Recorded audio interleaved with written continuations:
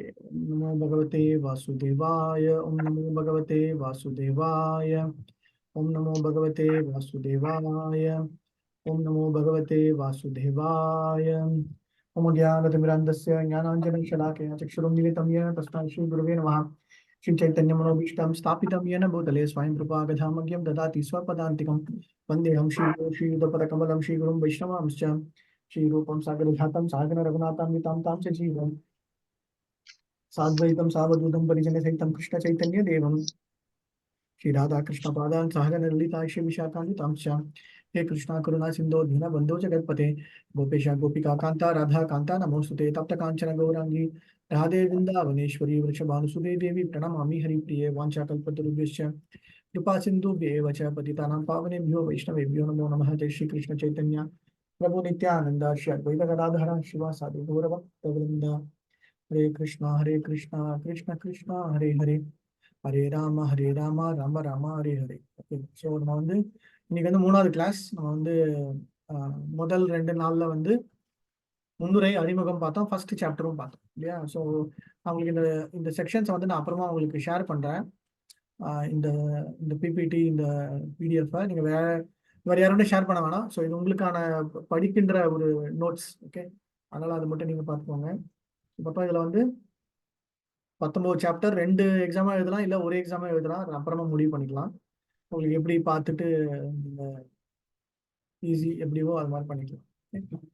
மொத்தம் 4 ஸ்லோகம் வந்து மனப்பாடம் பண்ணணும். இந்த அந்யாபிலதா சூன்யம் ஞான கர்மாதியனாவிருத்தம் அனுகுல்யன கிருஷ்ணானுசீலனம் பக்தி உத்தமம். இந்த ஸ்லோகம் சர்வபாதி நிர்முக்தம் தத்பரத்வன நிர்மதம் ரிஷிகேன ரிஷிகேஷ சேவனம் பக்தி உச்சத்தை. இந்த ஸ்லோகம் இது அதி கிருஷ்ணநாமாதி நபவேத் விக்யம் இந்திரியம் சேவன்முகே ஜிக்பாகு ஸ்வயமேவ ஸ்பீத. இந்த 4 ஸ்லோகமும் மனப்பாடம் பண்ணி ஆகும். ஓகே, தமிழ்லயும் இருக்கும் அதுக்கு. ஸோ இதான் கொஸ்டின்ஸ். மொத்தம் க்ளோஸ்ட் புக் கொஸ்டின்ஸ் வந்து கிட்டத்தட்ட 19 சாப்டருக்கு 55 ஸ்லோகம் 55 கொஸ்டின் வரும். ஸோ பிரிச்சு 25 எழுதலாம், இல்லைன்னா ஒன்னா எழுதலாம். இதுதான் வந்து க்ளோஸ்ட் புக் கொஸ்டின்ஸ். தமிழையும் இருக்கும். இது வந்து அனாலஜிஸ், அதுக்கான ஒப்புமைகள், ஒவ்வொரு எந்தெந்த சாப்டர்ல அனாலஜிஸ் இருக்கு அப்படிங்கிறதும் சொல்லப்பட்டதுல நம்ம அதை நீங்க படிச்சுக்கலாம். ஓகே, ஸோ கொஸ்டின்ஸும் நான் அதில் போட்டேன். இது வந்து ஒப்புமைகள். தமிழ்ல கொஞ்சம் கொஞ்சம் மிஸ்டேக் இருக்கும், பட் அதை நீங்க வந்து ஓரளவுக்கு ரெஃபரன்ஸாக படிச்சுக்கலாம். சரியா? கொஸ்டின்ஸும் இருக்கும். பக்கீரா சாமத சிந்து யாருக்காக குறிப்பாக வழங்கப்படுகிறது? யாருக்காக வழங்கப்படுகின்றது?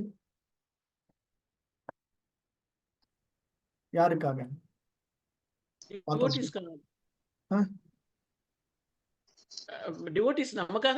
நமக்காக. அதாவது கிருஷ்ண உணர்வு, கிருஷ்ண இயக்கத்தில் கிருஷ்ண பக்தர்களாக இருப்பவர்களுக்கு குறிப்பாக வருகிறது. சரி, ஸோ அந்த மாதிரி கொஸ்டின்ஸ் இருக்கும். நீங்க அதை பார்த்து அதுக்கு ஆன்சர்ஸும் அந்தந்த செக்ஷன்லேயே வரும். நான் வந்து இப்போ இந்த செக்ஷன் எடுத்துட்டு இருக்கேன்னா அந்த செக்ஷன் மேல இப்போ சிபிஐ கொஸ்டின்ஸ் அப்படின்னா உங்களுக்கு அது இருக்கும். ஓகே, ஸோ ரூபானுகாஸ் அப்படின்னு நம்ம பார்த்தோம். ரூப கோஸ்வாமி பின்பற்றுவர்கள் அப்படின்னு போகத்தியாகம் அப்படிங்கிறத என்ன பார்த்தோம். சப்பல சுகம் அப்படின்னா அந்த குறைந்த அளவுக்கு அந்த சென்ஸ் கிராட்டிபிகேஷனோட இருக்கிறது. ரசம் அப்படின்னா ரசம் அப்படின்னா என்னன்னு பார்த்தோம் இல்லையா. ரூபானுகாஸ். அப்புறம் வந்து கொஞ்சம் கொஞ்சம் கரெக்ஷன் பண்ணிட்டு நான் அப்புறம் உங்களுக்கு அனுப்புறேன். சரி, எங்க பார்த்தாரு? பிரயாக்ல பார்த்தாரு இல்லையா. ஸோ இந்த மாதிரி ஸ்பெசிபிக் கொஸ்டின்ஸ் இருக்கும், அதுக்கான ஆன்சர்ஸும் வந்துடும். எப்படி வந்து பணத்தை வந்து அவர் பிரிச்சு கொடுத்தார் அப்படிங்கிறதும் இந்த 4 போர்ஷன். பாக்கி அகில ரசாமிருதமூர்த்தி கிருஷ்ணர் அப்படிங்கிறதையும் பார்த்தோம். அதுக்கப்புறமா வந்து அனுசீலனம், பிரவருத்தி, நிவர்த்தி, ஞான கர்மாதி இதுவும் பார்த்தோம். 3 விதமான மெயினான பக்தி: சாதன பக்தி, பாவ பக்தி, பிரேம பக்தி. சாமானிய பக்தி ரொம்ப பெருசா சொல்லப்படல, எல்லாருமே சாமானிய பக்தி நிலை அப்படின்னு இதுவும் பார்த்தோம். சம்பந்தம், அபிதயம், பிரயோஜனம் அப்படிங்கிறதும் பார்த்தோம். அதுல முதல்ல தூய்மையான பக்தி. ஸோ தூய பக்தியோட அறிகுறிகள் என்ன அப்படின்னா இந்த 6 விதமான லட்சணங்கள், குணங்கள் அப்படிங்கிறது சொல்லலாம். அது பார்த்தோம். கிளேஷாக்னி சுபதாமோ லக்ஷு சுதர்லபா சந்தர்ஷ விசேஷாத்மா கிருஷ்ணாகர்ஷன், இதுதான் நம்ம பார்த்தோம். அதுல முதல்ல அந்த கிளேஷாக்னி வந்து அகைன் சுபதா. இதுல முதல்ல கிளேஷாக்னி. இந்த கிளேஷாக்னி என்ன பண்ணுறது? முதல்ல நம்மளுடைய பாவங்களை வெளியெடுக்கிறது இல்லையா. அந்த பாவங்களை வெளியெடுக்கிறது.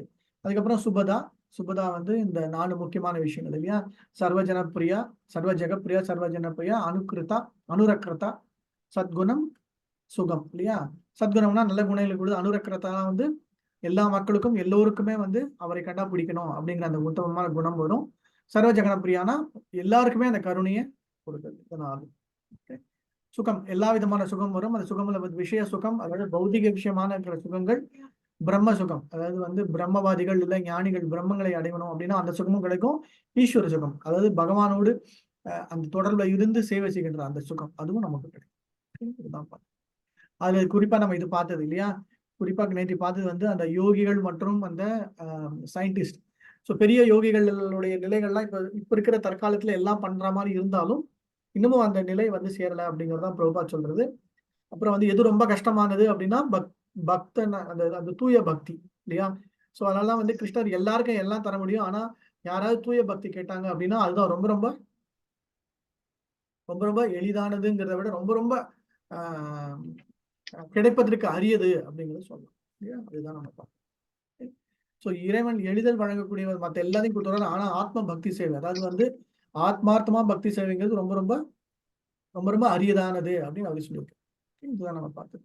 ஏன்னா இது நம்ம வந்து எப்படி பார்த்தோம்னா நாரதர் வந்து யுதிஷ்டர் கிட்ட சொல்றாரு, பகவான் வந்து எல்லாருக்கும் எல்லாத்துல இருந்தாலும் இந்த இடத்துல நீங்க மகாபாரதத்துல பாத்துருக்கோம் இல்லையா, அவர் வந்து உங்களுக்காக உங்களுடைய சேவகனா வந்து உங்களுடைய தேரோட்டியா வந்து உங்களுக்காக தூதுவனாகலாம் வந்து செஞ்சிருக்கார். அப்பேற்பட்டவர் வந்து அவர் தான் பரமபுருஷ பகவான் அப்படிங்கிறவர் வந்து நீங்க அவங்களுக்கு பக்தர்களா இருந்து அவர்களை வந்து நீங்க ஆக்கர்ஷணம் பண்ணீங்க அப்படிங்கிற அந்த பாயிண்ட்டும் சுபதாவோட சேர்ந்து நம்ம பார்க்கணும். லிபரேஷன், ஐ திங்க் லகு மோட்ச லகு விருத்தா. ஸோ பொதுவா பக்தர்கள் வந்து அந்த மோட்சத்திற்கான வழியை வந்து ரொம்ப பெருசா இது பண்றது இல்லை அப்படிங்கிறத பார்த்தோம் இல்லையா.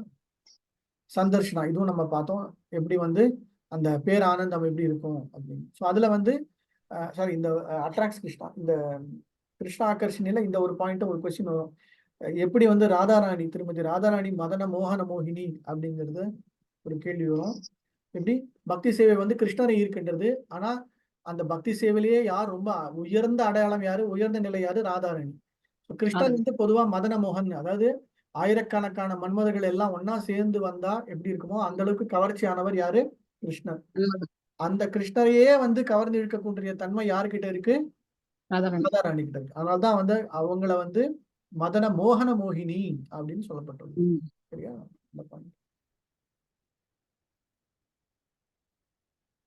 இதை நம்ம பார்த்தோம் நம்ம இந்த 6 நிலைகள் எப்படி கொண்டு போறது அப்படிங்கிறது. முதல்ல சாதன பக்தி, முதல் நிலை மங்களம் தரும், அதுக்கப்புறம் துன்பத்தை நீக்குவது வந்து சாதாரண நிலை. சாதன பக்தி, அதுக்கு மேல சாதன பக்திக்கு மேல கொண்டு போகும்போது இந்த 4 சேர்ந்து மங்களமும் வரும், நல்ல நிலைகள் வரும், துன்பம் போகும், ரொம்ப அரியது, முக்திக்கான வழியும் கிடைக்கும். அதை விட உயர்ந்தது என்னது அந்த வரம்பு, இல்லைன்னா வந்து கண்டென்ஸ்டுன்னு சொல்லலாம், அதாவது ரொம்ப உருக்கம், அல்லது எப்படி சொல்றது கண்டென்ஸ்டு மில்க்னு தமிழ், அது எப்படி இங்கிலீஷ்ல எப்படி சொல்றது, தமிழ் எப்படி சொல்றது எனக்கு தெரியல. பட் ஜெனரலா இந்த பேர் அடர்த்தி அதிகமாக ஓகே சொல்லலாம். அடர்த்தி சுண்ட காட்சிய பால்னு சொல்லலாம். சுண்ட காட்சிய பால் சொல்லலாம். ஓகே, அதான் கான்சென்ட்ரேட்டட்ன்றதுக்கு அடர்த்தி அதிகமாக. ஓகே, அடர்த்தியான பேரின்பம், அப்புறம் கிருஷ்ணரை ஈர்க்கின்றது, இந்த 4. ஸோ பொதுவா சாமானிய பக்தி பிறங்க ரொம்ப சொல்லப்படுறதுல நம்ம மெயினா தெரிஞ்சது சாதன பக்தி, பாவ பக்தி, பிரேம பக்தி. ஸோ இன்னைக்கு நம்ம என்ன பண்ண போறோம்னா செகண்ட் சாப்டருக்குள்ள போறோம். அந்த சாதன பக்தி எப்படி அப்படிங்கிறது தான் வந்து பார்க்க போறோம். சாதன பக்தி அகைன் 2 விதமா பிரிக்கப்பட்டுள்ளது. சாதன பக்தி ஒண்ணு வந்து வைதி சாதன பக்தி, ராகானுக சாதன பக்தி. ஸோ இந்த சாதன பக்தி எப்படி சொல்லப்படுது அப்படின்னா, சாதனா அப்படின்னா வந்து பொதுவா நம்ம என்ன நினைச்சுப்போம், நம்மளுடைய செயல்பாடுகள், நமக்குன்னு நிர்ணயிக்கப்பட்ட கடமைகள், நமக்குன்னு விதிக்கப்பட்ட அந்த கோட்பாடுகள், இந்த சாதனாவை ஃபாலோ பண்றது. சாதனா சார்ட் அப்படின்வாங்க, இல்லைன்னா பிரின்சிபிள்ஸ் அப்படின்வாங்க, இல்ல ஒழுக்கம், இல்ல நெறிமுறைகள் அப்படின்வாங்க.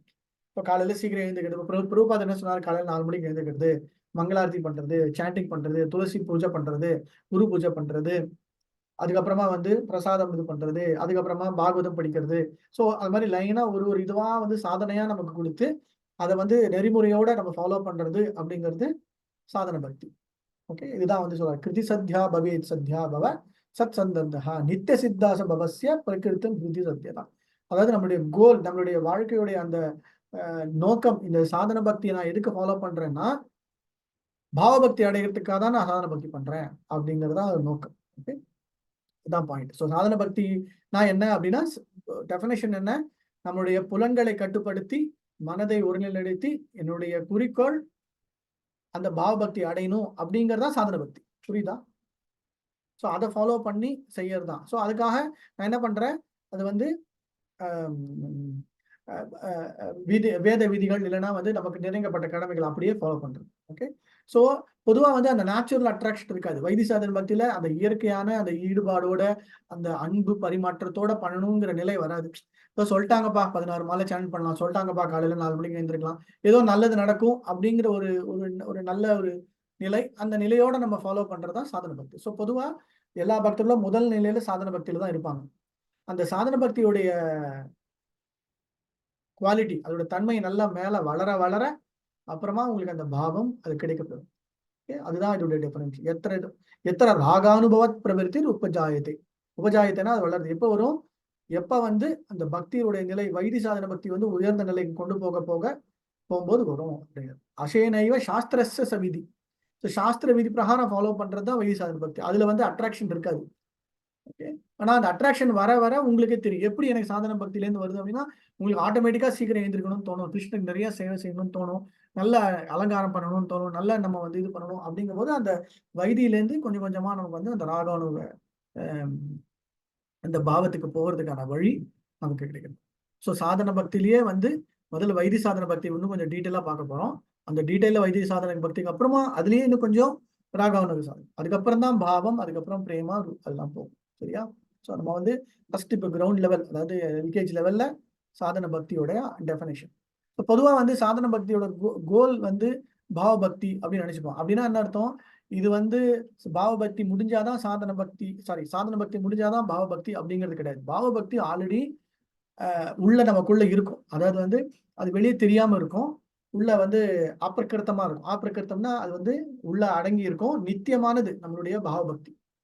ஏன்னா எல்லாருமே பகவானுடைய சேவகர்கள் தான், எல்லாருமே பகவானுடைய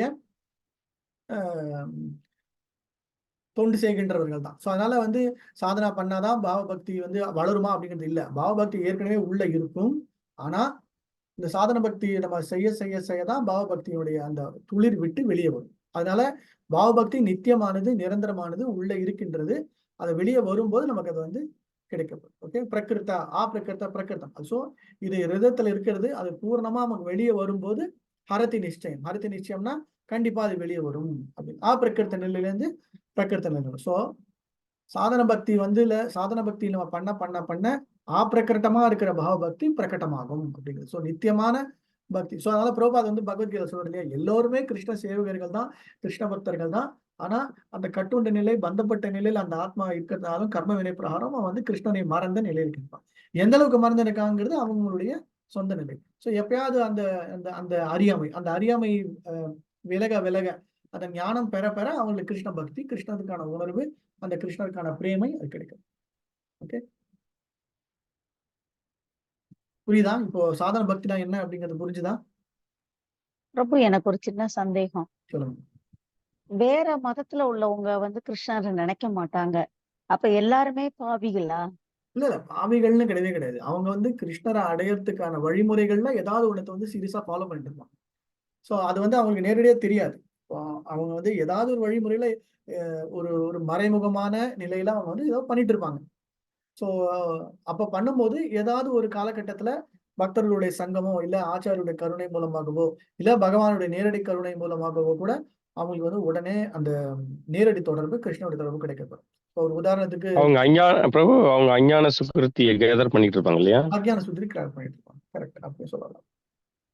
இல்ல பிரபு, இப்ப ஒரு பெரியவர் சொசைட்டில பெரியவர், முஸ்லீம் அவரு பாட சம்பந்தமா அகாடமிக்கு தான் பேசணும். அப்ப அவர் வந்து நம்ம கிளாஸ்ல இது வரைக்கும் படிச்ச தத்துவங்களை சொல்றாரு. இன்னொரு உலகம் இருக்கு, அதுக்காகத்தான் இந்த மனித பிறவி கிடைச்சிருக்கு, அதை யாருமே பயன்படுத்துறது இல்லைன்னு நம்ம கிளாஸ்ல அட்டன் பண்றது எல்லாமே ஒரு முஸ்லீம் சொல்றாரு. அப்ப அந்த தத்துவம் எல்லாம் கரெக்டா தான் இருக்கு, ஆனா கிருஷ்ணான்ற வார்த்தை மட்டும்தான் வரல. அப்ப அவரு எந்த நிலையில, எனக்கே ரொம்ப ஆச்சரியமா இருந்தது. நம்ம கிளாஸ்ல அட்டன் பண்ணது எல்லாம் அவர் என்ன சொல்றாரு, பாவம் செய்யக்கூடாது, நம்மளுடைய பணங்கள்லாம் வந்து கல்விக்கோ அல்லது உதவி செய்யறதுக்கோ அல்லது இந்த மாதிரி தொண்டு புரியறதுக்கோ தான் உபயோகப்படுத்தணும். பணங்கள் வந்து பணம் வந்து சம்பாரிச்சிட்டோமேன்னு சொல்லிட்டு மமதையில இருக்கக்கூடாது, தவறான வழியில செலவழிக்க கூடாதுன்ற எல்லாமே சொல்றாரு. அப்ப அவங்கள என்ன கணக்குல எடுத்துக்கிறதுன்னு எனக்கு தெரியல. எவ்வளவு ஆச்சரியமாவும் இருந்தது. அதான் கேக்குறேன். இல்ல அந்த மாதிரி நிறைய பேர் இருப்பாங்க மகிழ்ச்சி. சாதாரணமான ஒரு சாதாரண பக்தி செய்கின்ற நிலையில இருக்கவங்களுக்கு எல்லாரும் இதை விட நல்லாவே இன்னும் நிறைய பேசுறவங்களா இருப்பாங்க. பட் ஜென்ரலா அவங்களுக்கு எல்லாம் என்னன்னா, அவங்களுக்கு கிருஷ்ணர் அப்படிங்கிறது தெரியாது. எதை பின்பற்றணும் அப்படிங்கிற அந்த நிலை தெரியாது. பட் பொதுவா அவங்களுடைய வேத நூல்கள், அவங்களுடைய புத்தகங்கள்லயும் சொல்லப்பட்டது எல்லாமே கிட்டத்தட்ட வந்து இதே மாதிரி இருந்தாலும், ஆனா ம். கிருஷ்ண பக்தி, கிருஷ்ண பிரேமை, கிருஷ்ணத்துக்கான அந்த வழிமுறை அப்படிங்கிறது வந்து அந்த அறியாமை, அதாவது அந்த அறியாமையில உடைய நிலை வந்து கொஞ்சம் மாறுபட்டிருக்கும். அவ்வளவுதான். மாறுபடும். ம். பட் அவங்களுக்கு என்ன இப்ப என்ன இது அவங்களுக்கு வந்து நம்ம என்ன அவங்களுக்காக பிரார்த்தனை பண்ணலாம்? இவ்வளவு நல்லா பேசுறவங்க நேரடியா கிருஷ்ணருக்கு சேவை பண்ணா இன்னும் நல்லா இருக்குமே அப்படின்னு சொல்லி அவங்க கிருஷ்ணரை கோயிலுக்கோ இல்ல இது பிரசாதமோ ஏதாவது பண்ணா தென் அவங்களுக்கு அது உடனே அவங்களுக்கு அது கிடைக்கும். ம். கரெக்ட். தேங்க்யூ பிரபு. பொதுவா பிரபுபாத் சொல்லுவார் எல்லா மதங்களுடைய நோக்கம் என்ன அப்படின்னா பகவானை அடைவதுதான். ஸோ மதங்களுடைய நோக்கம் எப்பவுமே ஒண்ணுதான். ஆனா அதை எப்படி எடுத்துக்கிறது, எப்படி பின்பற்றுறாங்கிறத பொறுத்துதான் எல்லாமே வந்து மாறுபடுது. அவருக்கு வந்து சொத்து வந்து 1000 கோடி இருக்காம். ம். இந்த மாதிரி எல்லாருக்கும் உதவி செய்வாராம். ஆனா பேசுறதும் ஒரு ஆன்மீகமா பேசுறாரு. அவ்வளவு அருமையா பேசுறாரு. ம். எனக்கு ஆச்சரியமா இருந்தது. அதான் கேட்டேன், அப்ப அவங்களுக்கு கிருஷ்ணரே தெரியாதுனே. எங்க பிரபுட்டையுமே கேட்டேன். கிருஷ்ணரே தெரியாதே, அப்ப அப்படி பேசுறாங்களே அப்படின்னு கேட்டேன். அப்ப இவங்கெல்லாம் என்ன நிலைக்கு போவாங்க அப்படின்றத அதான் நல்ல ஒரு நிலைக்கு அதான் இப்ப இப்ப பகவத்கீதா பிரகாரம் பாத்தீங்க அப்படின்னா அவங்க எல்லாம் முன்னாடி நல்ல சுக்கிருதி நிலையில வந்திருப்பாங்க, அஜ்ஞான சுத்திரியோட வந்திருப்பாங்க. ஸோ அதனால இப்ப அதை பயன்படுத்திட்டாங்க. இப்ப அந்த நிலை கிடைச்சு அப்புறமா இப்ப அவங்களுக்கு மறுபடியும் பகவானுடைய சங்கம் ஏதாவது கிடைச்சதுன்னா நல்ல இது, இல்லைன்னா மறுபடியும் இந்த பிறப்பு தான் மாட்டேன். ஓகே. ஹரே கிருஷ்ணா. ஸோ சாதன பக்தியோடைய டெஃபினேஷன் புரிஞ்சுக்கோங்க. அதோட கோல் அப்புறம் மீன்ஸ் அண்ட் கோல் ரெண்டுமே ஒண்ணுதான். அந்த பக்தியுடைய நோக்கமும் சரி, அதோடைய பின்பற்றுகின்ற வழிமுறைகளும் சரி, எதை நோக்கி இருக்கின்றது அப்படின்னா அந்த பாவபக்தியை நோக்கி இருக்கின்றது அப்படிங்கிறது. ஓகே, அதுதான் வந்து தமிழ். ஸோ சாதன பக்தி வந்து 2 விதமா பிரிக்கப்படுகின்றது. ஒண்ணு வந்து வைதி சாதன பக்தி, ஒன்று ராகானுக சாதன பக்தி. ஸோ வைதி சாதன பக்தியை பத்தி இன்னும் டீட்டெயிலா பார்க்க போறோம். பட் அதுக்கு முன்னாடி சாதன பக்தியோட பிரின்சிபல், அதாவது அதோடைய அடிப்படை கோட்பாடு, அடிப்படை குறிக்கோள் என்ன அப்படின்னா எப்பவுமே வந்து பகவானை நினைவில் கொள்வது. ஓகே, ஸோ இந்த சாதன பக்தியோட அல்டிமேட் இது என்ன அப்படின்னா எவ்வளவுக்கு வந்து பகவானுடைய அந்த ஞாபகம் வச்சுட்டு இருக்கோமோ அந்த அளவுக்கு வந்து அந்த உணர்வுல நல்லா இருக்கும். ஸோ அதுதான் வந்து இது வந்து விஷ்ணு புராணத்துல இருந்து கொண்டு சொல்லுவோம், சபக்தி சபத்மா ஸ்கந்து. ஸோ அந்த பகவானுடைய அந்த 4 புஜங்கள் கொண்ட விஷ்ணு, இல்லைன்னா 2 கரங்கள் கொண்ட கிருஷ்ணன், இவங்களை வந்து எப்பவுமே மனதால வந்து நினைச்சுட்டே இருக்கிறது அப்படிங்கிறது தான் அந்த அந்த சாதன பக்தியோடைய ஒரு பிரின்சிபல், ஒரு அடிப்படை தத்துவம். ஓகே, அதுக்கப்புறமா வந்து யார் வந்து இந்த பகவானுடைய இந்த இந்த விஷயங்கள், பகவானுடைய இந்த அம்சங்களை வந்து யார் வந்து சொல்லுகின்றார்களோ அவர்கள் வந்து உயர்ந்த நிலையானவர்கள் பார்த்திருக்கோம். பிராமணர்களை விட உயர்ந்தவர்கள் அப்படின்னு. அதுல வந்து ரூப கோஸ்வாமி வந்து ஒரு அழகான பாயிண்ட் சொல்றாரு. எப்படி பகவானை திருப்திப்படுத்த முடியும், எப்படி பகவானுக்கு வந்து பிரசாதம் நிவேதம் பண்ண முடியும் அப்படின்னா இந்த மாதிரி உயர்ந்த பிரச்சாரம் செய்கின்றவர்கள், இல்லைன்னா வந்து பக்தர்கள் அவங்களுக்கு வந்து பிரசாதம் கொடுக்கறது மூலமா, அவங்களுக்கு வந்து பணிவிடை செய்வது மூலமாக நேரடியாக பகவானுக்கு சேவை செய்கின்ற வாய்ப்பு அப்படிங்கிறார். ஓகே, ஸோ அதனால்தான் வந்து இன்னைக்கு நமக்கு கிருஷ்ணருக்கு ஏதாவது சேவை செய்ய முடியல, பிரசாதம் செய்ய முடியலன்னா பக்தர்களுக்கு ஏதாவது பிரசாதம் செஞ்சு கொடுத்தோ, இல்ல பக்தர்களுக்கு பழம் வாங்கி கொடுத்தோ, இல்ல பக்தர்களை வீட்டுக்கு அழைச்சு அவங்களுக்கு வந்து தகுந்த மரியாதை செஞ்சோம் அப்படின்னா என்ன அர்த்தம் அப்படின்னா அது நேரடியாக கிருஷ்ணருக்கு செஞ்சதுக்கான அர்த்தம். ஏன்னா அந்த பக்தர்கள் எப்பவுமே பகவானை பற்றி நிந்திக்கின்றவர்கள், பகவானை பற்றி எல்லோருக்கும் போய் பிரச்சாரம் செய்கின்றவர்கள் பகவத்கீதா பிரச்சனை. ஸோ அதனால்தான் வந்து யாராவது வந்து பக்தர்களுக்கு வந்து சேவை செய்யறாங்க அப்படின்னா அது கிருஷ்ணருக்கு சேவை செய்கின்ற மாதிரி அப்படின்னு பத்மபுராணத்துடைய இதுதான். ஸோ அனைத்து ஒழுக்குமுறை கொள்கைகளும் எல்லா பிரின்சிபல்ஸோட நோக்கம் என்ன, இப்ப நம்ம பண்ற என்டையர் சாதனா, நம்ம பண்ணுகின்ற படிக்கிற இந்த பக்தி சாஸ்திரி கோர்ஸ்ல இருந்து எல்லாத்துடைய நோக்கம் என்ன அப்படின்னா எப்போதும் கிருஷ்ணனை நினைவில் கொள்வது, கிருஷ்ணரை ஒருபோதும் மறக்காமல் இருப்பது. இதுதான் வந்து ஃபண்டமெண்டல் இது. ஸோ சாதன பக்தியோட நோக்கமும் அதுதான். ஓகே, ஸோ அதுதான் அந்த பாயிண்ட் ஞாபகம் வச்சுக்கோங்க. இதெல்லாம் ஃபண்டமெண்டல் பிரின்சிபல்ஸ் அப்படின்னு. அடுத்தது ஸோ சாதன பக்தியோட டெஃபினேஷன் தான் என்னன்னு பார்த்தோம். சாதன பக்தியோட நிலை என்ன, அதோட கோட்பாடுகள் என்னங்கிறத பார்த்தோம். ஸோ எசன்ஸ் ஆஃப் சாதன பக்தி, அதோடைய சாரம் என்ன அப்படின்னா எப்பவுமே இந்த பகவானை நினைவில் கொள்வது, அதுதான் சாதம். அடுத்து ஸோ எப்பவுமே நினைவில் கொள்ளணும் அப்படின்னா பாவ பக்தியில நீங்க கவலையப்பட தேவை. ஆட்டோமேட்டிக்கா பாவம் ருச்சி அந்த அந்த பிரேமை வரும்போது ஆட்டோமேட்டிக்கா எப்பவுமே அந்த நிலையில் தான் இருக்க போறீங்க. ஆனா சாதன பக்தியில வரும்போது அந்த அந்த நினைவில் கொள்ளுங்கிறது தான் ரொம்ப கஷ்டமான ஒரு விஷயம். அந்த கஷ்டத்துல இருந்து நம்ம வந்து கொஞ்சம் கொஞ்சமா படிப்படியா முன்னேறி எப்பவுமே அவருடைய நினைவில் இருக்கிறது தான் அவருடைய கோல். ஓகே.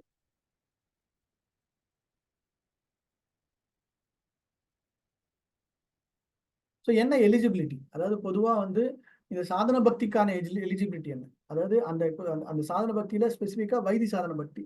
இந்த சாப்டர் 3 இப்போ நம்ம வந்து 3வது சாப்டருக்குள்ள போறோம். செகண்ட் சாப்டர்ல மெயினான பாயிண்ட் இதுதான். ஓகே, சாதன பக்தினா என்ன, சாதன பக்தியோட கோட்பாடுகள் என்ன அப்படின்னு பார்த்தோம். இப்போ வைதி சாதன பக்தியுடைய குவாலிஃபிகேஷன், எலிஜிபிலிட்டி. ஓகே, ஸோ அதோடைய தகுதி இல்லைன்னா அதோடைய நிலை என்ன அப்படின்னு பார்த்தோம் அப்படின்னா, எல்லாருமே வந்து மனிதர்களாக பிறந்தவர்கள் எல்லாருக்குமே பக்தனாக அல்லது பக்தி செய்வதற்கான எலிஜிபிலிட்டி, அதுக்கான தகுதி உண்டு அப்படின்னு சொல்லியிருக்கேன். ஓகே, அதுக்கான ஒரு உதாரணம் தான் வந்து இப்போ ஒரு உதாரணத்துக்கு சொல்றாரு. இப்போ நம்ம மார்கழி மாசம் டிசம்பர் ஜனவரியில எல்லாருக்குமே வந்து அந்த குளிர்ந்த காற்று இல்ல குளிர்மையான அந்த சமயத்துல மார்கழி மாசத்துல போய் காலையில 4 மணிக்கு எழுந்துச்சு பச்சை தண்ணியில் குளிக்கணும் அப்படின்னா எல்லாரால முடியுமா அப்படின்னா எல்லாராலையும் முடியும் அப்படிங்கிறது தான் அடிப்படையான தத்துவம். ஸோ எல்லாராலையுமே செய்ய முடியும் அப்படிங்கிறது தான் அடிப்படையான விஷயம். ஆனா அதுல யார் அதை செய்யறாங்களோ அவங்களுக்கு அது நல்லபடியா கிடைக்கும். புரியுதா? ஸோ இப்ப எல்லாராலையும் வந்து நடக்க முடியும்னா எல்லாராலையும் நடக்க முடியும். எல்லாராலையும் சாப்பிட முடியும்னா எல்லாராலையும் சாப்பிட முடியும். எல்லாராலையும் தூங்க முடியும்னு நடக்க முடியும். எல்லாராலையும் பக்தி பண்ண முடியுமானா எல்லாராலையும் பக்தி பண்ண முடியும் அப்படிங்கறதுதான் நிலைப்பாடு. ஓகே, ஆனா அந்த நிலையில யார் வந்து இந்த மாதிரி ஒரு கொஞ்சம் கஷ்டத்தோட கொஞ்சம் அந்த ஆச்சார அனுஷ்டானங்களை பின்பற்றி செய்கின்றார்களோ அவர்களுக்கு இன்னும் கொஞ்சம் உத்தமமான நிலை கிடைக்கப்பெறும். ஓகே, ஸோ நமக்கு வந்து அந்த புக்தி இல்லைன்னா முக்தி. ஸோ புக்தினா என்ன அர்த்தம், பொதுவா வந்து அந்த பௌதிக விஷயங்கள் இல்லைன்னா வந்து இந்த மெட்டீரியல் சென்ஸ் கிராட்டிஃபிகேஷன், அதாவது அந்த பௌதிக விஷயமா நமக்கு வைக்கின்ற புலன் இன்ப நுகர்ச்சி, இந்த புலன் இன்பம் இல்லைன்னா முக்தி, இதுக்கான உள்நோக்கம்லாம் இருந்து பண்ணாலும் பரவாயில்ல. ஆனா அது இல்லாம பண்ணா இன்னும் உத்தமமான பக்தி நிலைக்கு கொண்டு வரும். ஸோ பொதுவா வந்து எல்லாருக்கும் பக்தி செய்வதற்கான தகுதி உண்டு. அப்படி பண்ண வரும்போது பரவாயில்ல. நம்ம பகவத்கீதையில படிச்சிருக்கோம் இல்லையா, சத்துர்விதே பஜந்தே மாம் சுக்ருதா அர்ஜுனா அடுத்தோ அர்த்தார்த்தி ஜிக்னாஷு அப்படின்னு. ஸோ எல்லாருமே வந்து பக்தி செய்வதற்காக கிருஷ்ணர்கிட்ட அடையணும்னு வருவாங்க. பரவாயில்ல அப்படிங்கிறார். ஓகே, ஸோ பரவாயில்ல. அவங்களுடைய உள்நோக்கம் வந்து ஏதாவது ஒரு அர்த்தார்த்தி ஜிக்னாஷு, அவங்களுக்கு வந்து அவங்களுடைய மகிழ்ச்சிக்கான காரணம் வந்து எனக்கு வந்து நிறைய பணம் வேணும், எனக்கு புகழ் வேணும், எனக்கு வந்து நோய் வியாதி எல்லாம் போகணும், எனக்கு வந்து இந்த கஷ்டத்துல இருந்து காப்பாற்றப்பட வேண்டும் அப்படிலாம் இருந்தா கூட பரவாயில்ல. அது எல்லாமே சாதன பக்தியில தான் வரும். ஓகே, ஸோ நம்ம நினைச்சிட்டு இருப்போம் நான் இனிஷியேட்டிவ் டிவோட்டி, நான் இதுதான் சாதன பக்தியில நான் வந்து கிடையாது. எல்லாருமே ஒரு நிலையில பார்த்தா ஏதோ ஒரு அர்த்தத்தோட ஏதோ ஒரு நோக்கத்தோட வர்றதுதான் சாதன பக்தி.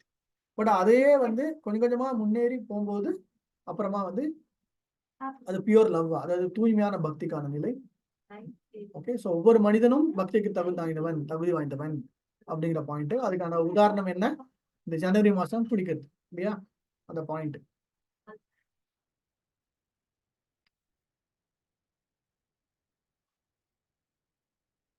ஸோ அந்த குவாலிஃபிகேஷன் அகைன் வந்து 3 விதமா பிரிக்கப்படுது. இந்த நம்ம வந்து நெக்டர் ஆஃப் டிவோஷன்லேயே நெக்டர் ஆஃப் இன்ஸ்ட்ரக்ஷன் உபதேசாமிரதத்திலேயே பார்த்தோம் இல்லையா.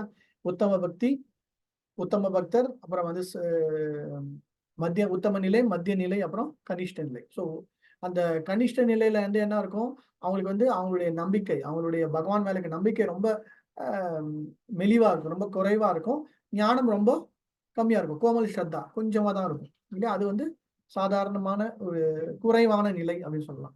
அந்த குறைவான நிலையிலேருந்து அவன் கொஞ்சம் கொஞ்சமா முன்னேறி வரும்போது என்ன ஆகும், அவனுக்கு வந்து நம்பிக்கை ஜாஸ்தி ஆகும். ஆனா அகைன் சாஸ்திர ஞானம் கம்மியா தான் இருக்கும்.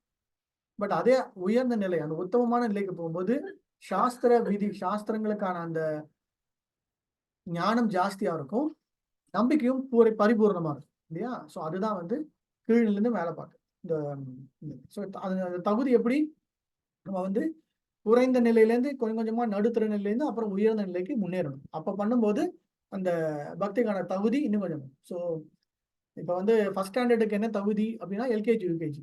ஃபிஃப்த் ஸ்டாண்டர்டுக்கு என்ன தகுதினா இந்த LKG UKG first standard second standard படிச்சிருந்தா ஃபிஃப்த் ஸ்டாண்டர்ட்.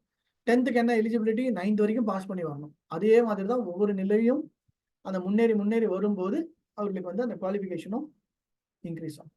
ஓகே, ஸோ அதான் தான் 3 தரங்கள் அப்படின்னு சொல்லப்படுது. உயர்தரம், நடுத்தரம் மற்றும் குறைந்த கீழ்நிலை அப்படிங்கிறது சொல்லப்படுது.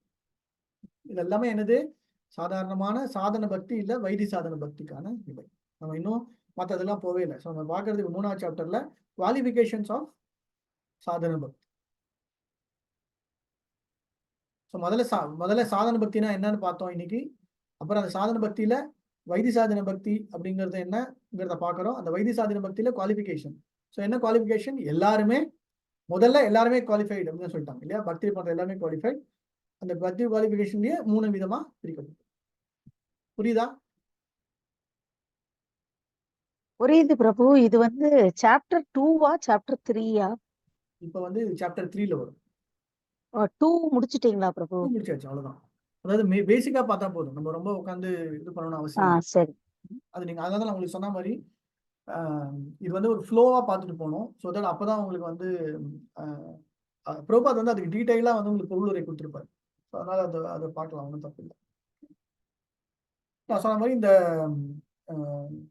இந்த 4 விதமான பக்தர்கள் அப்படின்னு ரூப கோஸ்வாமி இதுல டீட்டெயிலா எழுதுறாரு. எப்படி பகவத்கீதால நம்ம சொல்ற மாதிரி அர்த்தார்த்தி ஜிக்னாஷு ஞானீஷ பரதர் சபா அப்படின்னு. ஸோ அதுக்கு வந்து ரூப கோஸ்வாமி வந்து இந்த 4 பேரை வந்து எக்ஸாம்பிள் சொல்றாரு. அர்த்த கீதாதி சுகதம் சதுர்நாம் அதிகாரினாம் மத்திய யஸ்மின் பகவத கிருபயுஷ்யாத் பிரியஷனவா. ஸோ இந்த 4 பேர் சொல்ற யார் யாரு? கஜேந்திரன், சௌனக ரிஷி மற்றும் முனிவர்கள், துருவன் மற்றும் சனத்குமார்கள். ஸோ கஜேந்திரன் என்ன உங்களுக்கு தெரியும் பாகவதம் பிரகாரம் இல்லையா? எப்படியாவது வந்து என்னை வந்து இந்த முதலையிலேருந்து பிடியிலேருந்து காப்பாற்றணும் அப்படின்னு சொல்லிட்டு ஆதி மூலமே அப்படின்னு கதை இல்லையா? ஸோ முதல்ல வந்து பல தன்னுடைய நிலையிலேருந்து தான் தான் காப்பாற்றிக்க முடியும் அப்படிங்கிற நிலையிலேருந்து மாறி என்னால எதுவுமே முடியல அப்படின்னு சொல்லும் போது பரவாயில்ல. அதுவும் வந்து ரூபகவி சொல்றார் உள் நோக்கம் என்ன அப்படின்னா வந்து காப்பாற்றப்பட வேண்டும் அப்படின்னு இருந்தாலும் யாரை வந்து நோக்கி வந்து பகவான் வந்து யாரை நோக்கி வந்து கூப்பிடுறாரு? பகவானை நோக்கி இல்லையா? ஸோ அதனால அதுவும் that is also absolutely fine அப்படிங்கிற பாயிண்ட்டையும் சொல்றாரு. சரியா? ஸோ அது வந்து கஜேந்திரன். அப்புறம் துருவன். அதாவது துருவனுடைய நிலை என்ன? துருவன் எதுக்காக காட்டுக்கு போனா? ஃபர்ஸ்ட் துருவன் பெரிய போஸ்ட் வரணும். அவங்க அப்பாவோட அப்பா மடியில உட்கார்றதுக்காக மடிங்கிறது ஒரு இது. பட் அவங்க முக்கியமான பாயிண்ட் என்னன்னா, நான் வந்து எங்க தாத்தா, அதாவது எப்படின்னா வந்து உலகத்திலே, அதாவது இந்த லோகத்திலே ஒரு மிகப்பெரிய எனக்கு அந்த பொசிஷன், அந்த நிலை எனக்கு கிடைக்க வேண்டும் அப்படிங்கிற பாயிண்டோட தான் திருவன். அதுதான். ஸோ அர்த்தார்த்தினா வைதிக, அதாவது பௌதிக விஷயங்களுக்காக போறது. ஆனா அதே துருவன் வந்து நாரதருடைய அந்த வழிகாட்டுதல் பிரகாரம் அந்த யோக வழிமுறைகளை அப்படியே பின்பற்றி பகவானை நோக்கி இது பண்ண அப்புறம் பகவான் நேரடியா வந்த அப்புறம் என்ன சொன்னாங்க? சேச்சா, சாதாரணமான பௌதிக விஷயத்துக்கு நான் வந்து இப்படி இது பண்ணிட்டேனே அப்படின்னு வருத்தப்படும். ஸோ பரவாயில்ல. அதாவது வந்து சாதன பக்தியில நம்ம வந்து ஏதோ ஒரு நோக்கத்துக்கு வந்தாலும் அந்த பக்தியோட முன்னேற முன்னேற கிருஷ்ணனுக்கு மேல அந்த ஆகர்ஷணை வர வர நமக்கு வந்து பௌதிக சுகங்கள், பௌதிக இச்சைகள் போக வேண்டும் அப்படிங்கிறதான் சொல்லி. அப்புறம் சௌனக ரிஷிகள் மற்றும் சௌனகர் மற்றும் நைனிஷார். ஸோ இவங்கெல்லாம் வந்து எதுக்காகனா ஜிக்னாசு. ஸோ பகவான்னா யார்? பகவானுடைய விஷயங்கள் என்ன? அவருடைய ஐஸ்வர்ய விஷயங்கள் என்ன? அவர் எப்படி இந்த பிரகிருதி உருவாக்கினார்? எப்படி வந்து இதெல்லாம். ஸோ இந்த மாதிரி கேள்விகளா கேட்டு அதை தெரிஞ்சுக்கணும் அப்படிங்கிற ஒரு நிலை வரும்போது ஜிக்னாசு. அப்புறம் ஞானிகள் யாரு? சனத்குமாரர்கள். சனத்குமாரர்கள் வந்து எப்ப வந்து பகவானை பற்றி முழுமையா தெரிஞ்சுக்கணும் அப்படின்னு ஆசையோட வந்து அப்புறம் அவங்க என்ன பண்றாங்க? எங்களுக்கு வந்து இந்த உடல் ரீதியா எதுவுமே வளரக்கூடாது, நாங்க வந்து எப்பவுமே இந்த குழந்தைகளாவே இருந்துடணும் அப்படின்னு சொல்லி அவங்க அந்த வரத்தை வாங்குறாங்க. ஸோ இந்த மாதிரி 4 பேரை வந்து ரூப கோஸ்வாமி ஒரு உதாரணத்துக்கு தர்றாரு. ஸோ நோக்கம் எதுவாக இருந்தாலும், அல்டீரியர் மோட்டிவ் எதுவாக இருந்தாலும், அந்த வைத்திய சாதன பக்தியை பிராக்டிஸ் பண்ண கண்டிப்பாக தூய பக்தி ஈடுபடுவதற்கான குறைந்தபட்ச தேவையான வார நம்பிக்கை அவர்களுக்கு இல்லாட்டி கூட பரவாயில்ல. ஆனா இந்த மாதிரி வரும்போது கொஞ்சம் கொஞ்சமா அவங்களுக்கு அந்த வாழ்க்கை பெறும். பகவத்கீதையில பார்த்தோம். ஸோ ஒருவன் வந்து யாரு இந்த 4 நிலைகளை யாரு வந்து பகவானுக்கு ரொம்ப பிரியமானவர்? ஞான நிலையில இருக்கிறவங்க தான் அப்படின்னு. ஸோ அதனால்தான் வந்து மத்த 3 நிலையோட கம்பேர் பண்ணும்போது ஞான நிலையில இருக்கவன் வந்து உயர்ந்தவன் அப்படின்னு சொல்லப்பட்டது. ஏன்னா அவனுக்கு அட்லீஸ்ட் அந்த அந்த ஞானம் கிடைக்கிறது மூலமா அவனுக்கு அடுத்த நிலை, அடுத்த நிலை என்னது, பகவானுக்கு சேவை பண்ணணுங்கிற அந்த ஆசை வர நிலை. ஸோ ஞானம் பெறுவதோட நோக்கமே என்னன்னா பகவானுக்கு சேவை பண்ணணுங்கிறது தான். நான் எனக்கும் எல்லாம் தெரியணுங்கிற அப்புறம் கர்வம் வந்துடுச்சுன்னா பிரச்சனை இல்லை. ஞானம் வளர வளர பணிவுத்தன்மையும் வளரணும். அந்த பணிவுத்தன்மை வளரும் போது சேவை பண்ணணும் அப்படிங்கிற நிலையும் வளரணும். அந்த பாயிண்ட் தான். ஸோ புரியுதா? இதுதான் வந்து வைத்தியசாதன பக்தனுடைய ஒரு டீடைல் எக்ஸ்பிளனேஷன். ரூப கோஸ்வாமி வந்து இந்த சாப்டர்ல ஸ்பெசிஃபிக்கா எடுக்கணும்னு தர ஃபுல்லா டீடைல் தான். ஸோ பிரபுபாதரும் வந்து இதுக்கான எக்ஸ்பிளனேஷன் சொன்னாங்க.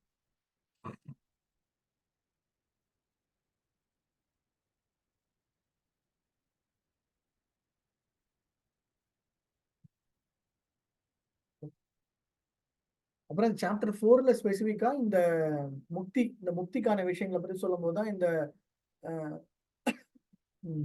ஒரு நிமிஷம்.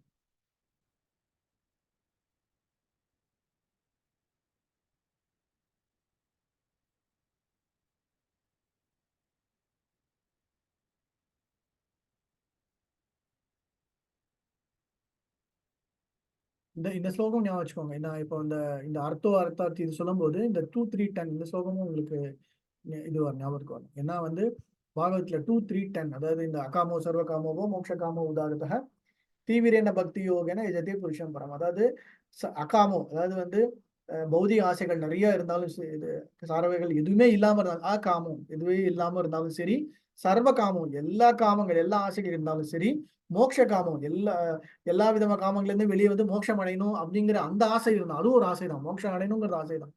ஆசையே இல்லாம இருக்கிறது, பௌதிக ஆசையே இல்லாம இருக்கிறது, பௌதிக ஆசைகள் நிறைய இருக்கிறது, மோட்சம் அடையணுங்கிற ஆசை. எந்த ஆசை உதாரணத்தாக எந்த ஆசை இருந்தாலும் அதுக்கு என்னத்தேனா தீவிரேன பக்தி யோகன எஜதே புருஷம் பரம்.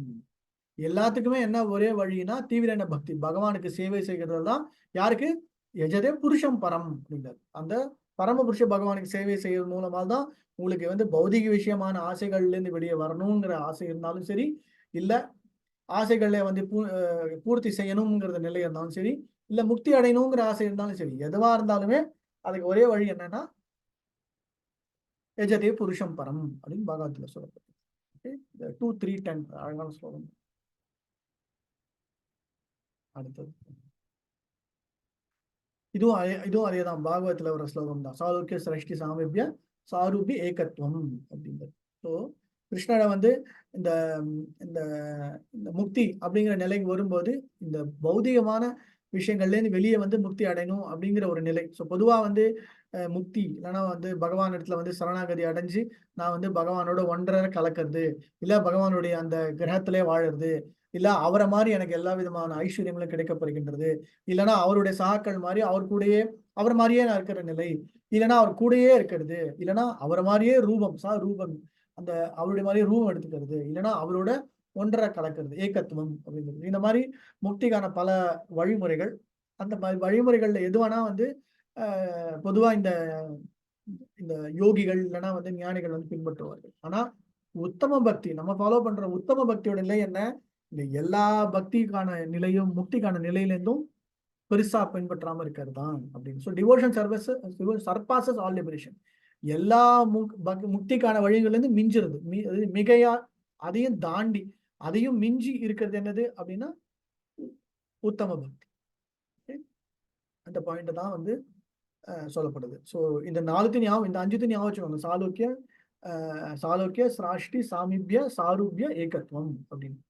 ஸோ இதுல என்ன முக்கியமான விஷயம்னா உத்தமமான பக்தர்கள் வந்து இந்த இந்த இந்த 5 விதமான வழிகள் வந்து ரொம்ப பெருசா 5 விதமான முக்திக்கான வழிகளை வந்து பெருசா வந்து ஃபாலோ பண்றது இல்லை, தேவைப்படாது அப்படிங்கிற அந்த நிலை தான். ஸோ சாதன பக்தி பண்ண ஆரம்பிக்கும் போது எல்லாருக்குமே பொதுவாக இது இருந்தா கூட போதுமே அப்படின்னு தோணும். ஆனா இதுல இருந்து இன்னும் கொஞ்சம் தாண்டி போயிட்டு உத்தமமான பக்தி சேவை செய்யறது தான் உயர்ந்தது அப்படிங்கிறது தெரிஞ்சுக்கிறது தான் அடுத்த நிலை. இதை ஞாபகம் வச்சுக்கோங்க. இந்த இந்த சாலோக்கிய சஷ்டின்னு வரலாம், சாமிபிய சாரூபிய ஏகத்துவம். ஏகத்துவம்னா பகவானோட ஐக்கியமாறுது, ரூபம்னா அவரோட அதே உருவம் எடுக்கணும்னு ஆசைப்படுறது, இல்லைன்னா அவர் மாதிரியே நண்பர்கள், இல்லைன்னா அவருக்கு அருகில் இருக்க அந்த மாதிரி. சாஷ்டினா அவருக்கு இணையாக அந்த செல்வ செழிப்பு, அந்த பேர் புகழ் எல்லாம் கொண்டு வரும், இல்லைன்னா ஒரே கிரகத்துல வாழும். ஸோ பொதுவா அவங்களோட நிலையை பொறுத்து அவங்க வந்து ஆசைப்படுவாங்க.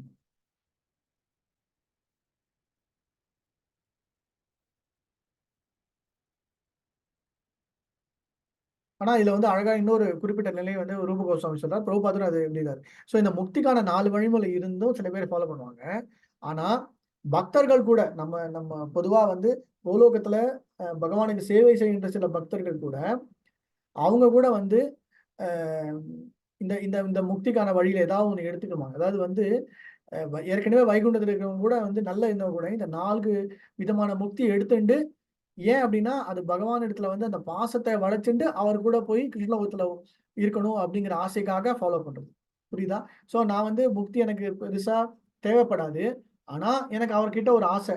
அவர் பக்கத்திலேயே இருந்து சேவை பண்ணலாமே, அவர் கூடயே இருந்து சேவை பண்ணலாமே அப்படிங்கிற அந்த ஒரு ஆசை வளர்த்துக்கும் போது மறுபடியும் அவர்களுக்கு வந்து அந்த அவரோட கூடவே இருந்து அந்த அந்த பிருந்தாவனத்திலயோ கோலோக பிருந்தாவனத்திலயோ சேவை செய்யறதுக்கான அந்த வாய்ப்பும் கிடைக்கப்படும் அப்படிங்கிறது. சோ அந்த பக்தர்களுக்கு வந்து முக்தி அடையணும்னு ஆசை இருக்காது. ஆனா கிருஷ்ணனுக்கு சேவை பண்ணணும்ங்கிற ஆசை வரும்போது அந்த ஆசையையும் வந்து பகவான் வந்து நிறைவேற்றுவார்.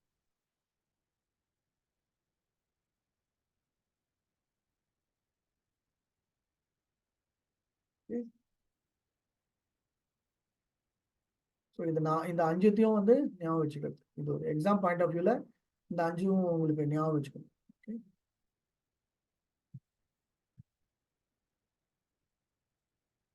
ரூப கோஸ்வாமி இந்த ஃபுல் சாப்டர் ஃபுல்லாவே வந்து எக்கச்சக்கமா வந்து ஸ்லோகா கொண்டு வர நிறைய ஸ்லோகம்.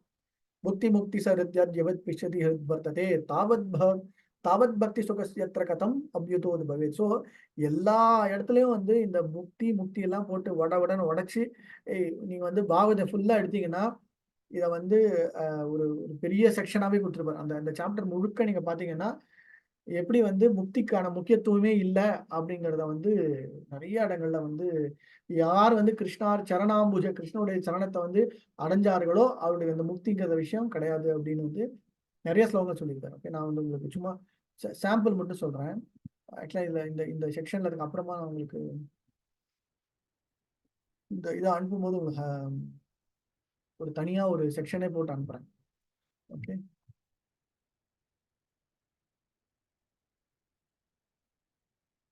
அனெக்ஷரா போட்டு அனுப்புறேன். அந்த அனெக்ஷர்ல வந்து பாத்தீங்கன்னா நிறைய 3rd canto 4th canto 5th canto நிறைய ஒவ்வொரு ஸ்கந்தத்துல இருந்தும் வந்து எப்படி வந்து இந்த முக்திக்கு அந்த முக்கியத்துவம் கொடுக்காம எப்படி வந்து அந்த பக்திக்கான முக்கியத்துவத்தை வந்து கொடுக்கப்பட்டுள்ளது அப்படிங்கிறது நிறைய இடங்கள். இது எல்லாமே வந்து ரூப கோஸ்வாமி வந்து போடுறாங்க. ஏன் அப்படின்னா ஜென்ரலா வந்து சாதாரண பக்தியில ஆரம்பிக்கும் போது எல்லாருக்குமே முக்தி, கடவுளை எனக்கு காப்பாது, கடவுளை எனக்கு வந்து பாஸ் பண்ணி விடு, கடவுளை எனக்கு வீடு கொடு, சுகம் கொடுன்னு தான் ஆரம்பிப்பாங்க. அதுக்கப்புறம் கொஞ்சம் போய் நல்லா அப்புறம் என்ன முக்தி கொடு. ஆனா இதெல்லாம் தாண்டி இருக்கிறதா வந்து அந்த தூய்மையான பக்திங்கிறத நமக்கு தெரியப்படுத்தணும் அப்படின்னா ரூப கோஸ்வாமி என்ன பண்றாரு, பாகவதம், பகவத்கீதா மற்றும் நிறைய புத்தகங்கள் எக்கச்சக்கமா இந்த 5th கேண்டோ 6th கேண்டோ எல்லா ஸ்கந்தங்களையும் பாத்தீங்கன்னா பாகவதம் முழுக்க சொல்லப்பட்டுள்ளதுன்னா தூய பக்தி, பிரேம, பகவானுக்கு அந்த தேவை செய்கின்ற விஷயம். அதனாலதான் வந்து ரூப கோஸ்வாமி இவ்வளவு டீடைல்டா இந்த செக்ஷன் இந்த சாப்டர் ஃபுல்லா நீங்க படிச்சீங்கன்னா ஒவ்வொரு தூய பக்தனோட நிலை கொண்டு வந்து பலி மகாராஜா, பரதன் இந்த எல்லா தூய பக்தர்களுடைய பாயிண்ட்லயும் வந்து ஒரு ஒரு ஸ்லோகமா எடுத்து காமிச்சு சொல்றாரு. கவலையே படாதீங்க, நீங்க மற்ற விஷயங்களை வந்து ஃபாலோ பண்றத விட எப்படி வந்து பகவானுக்கு வந்து பாகவதம் வழியாக பக்தர்கள் வழியாக சேவை பண்ண ஆரம்பிச்சீங்கன்னா மற்றதெல்லாம் ஆட்டோமேட்டிக்கா உங்களுக்கு நடந்துரும் அப்படிங்கறத வந்து சொல்றேன். இன்ஃபேக்ட் 7th ஸ்லோகத்துல கூட 7th கேண்டோ 7வது ஸ்கந்தத்திலயும் சரி 8வது 10வது 12வது எல்லா ஸ்கந்தத்துல இருந்தும் முழுமையா வந்து அவரு கொண்டுட்டார். ஸோ பாத்தீங்கன்னா கிட்டத்தட்ட 12 ஸ்கந்தங்கள் பாகவதம், ஒவ்வொரு ஸ்கந்தத்துல இருந்தும் ஸ்லோகங்கள் எடுத்து எடுத்து எடுத்து எடுத்து அவர் கோட் பண்ணியிருக்காரு. நீங்க வந்து அந்த சாப்டர் படிச்சீங்கன்னா தெரியும் ஏன் இவ்வளவு டீட்டெயிலா இந்த ரூப கோஸ்வாமி கொடுக்குறாரு, பிரபுபாதர் கொடுக்குறாரு அப்படின்னா தயவு செஞ்சு சாதாரணமான ஒரு புக்தி நிலைக்கோ இல்ல ஒரு முக்தி நிலைக்கோ ஆசைப்பட்டுடாதீங்க. நம்மளோட கான்சியஸ்னஸ் வந்து அந்த இந்த இதுல இருந்து வெளியே வரணும் அப்படிங்கிற பாயிண்ட் சொல்லுங்க. ஓகே, அதுல வந்து நிறைய இடங்கள்ல என்னுடைய ஃபார் எக்ஸாம்பிள் இந்த 9வது ஸ்கந்தத்துல பாத்துக்கோங்க, மத் சேவையா பிரித்தும்னதே சாலோக்கே எதி சதுஷ்சயம் நேச்சத்து சேவையா புனः பூர்ணஹ குதோயம். ஸோ என்னுடைய பக்தர்கள் வந்து பொதுவா வந்து என்னுடைய தூய பக்தி தொண்டில சேவை சென்றிருக்கும் போது அவங்களுக்கு வந்து இந்த சாரூபிய சாமீபிய சஷ்டி இதெல்லாம் வந்து கண்டிப்பா அவங்களுக்கு வந்து இன்ட்ரெஸ்டே இருக்காது. ஏன்னா அவங்களுக்கு ஆட்டோமேட்டிக்கா அவங்களுடைய சேவை வழியாக இந்த முக்தி கிடைத்து விடும் அப்படிங்கிற பாயிண்ட் சொல்றேன். ஓகே, இதெல்லாமே அதோடைய அனெக்ஷர் தான். ஸோ அதனால பிரச்சனை இல்லை. நான் அப்புறம் இது கொடுக்கும்போது நீங்க அப்புறமா பார்த்து படிச்சு.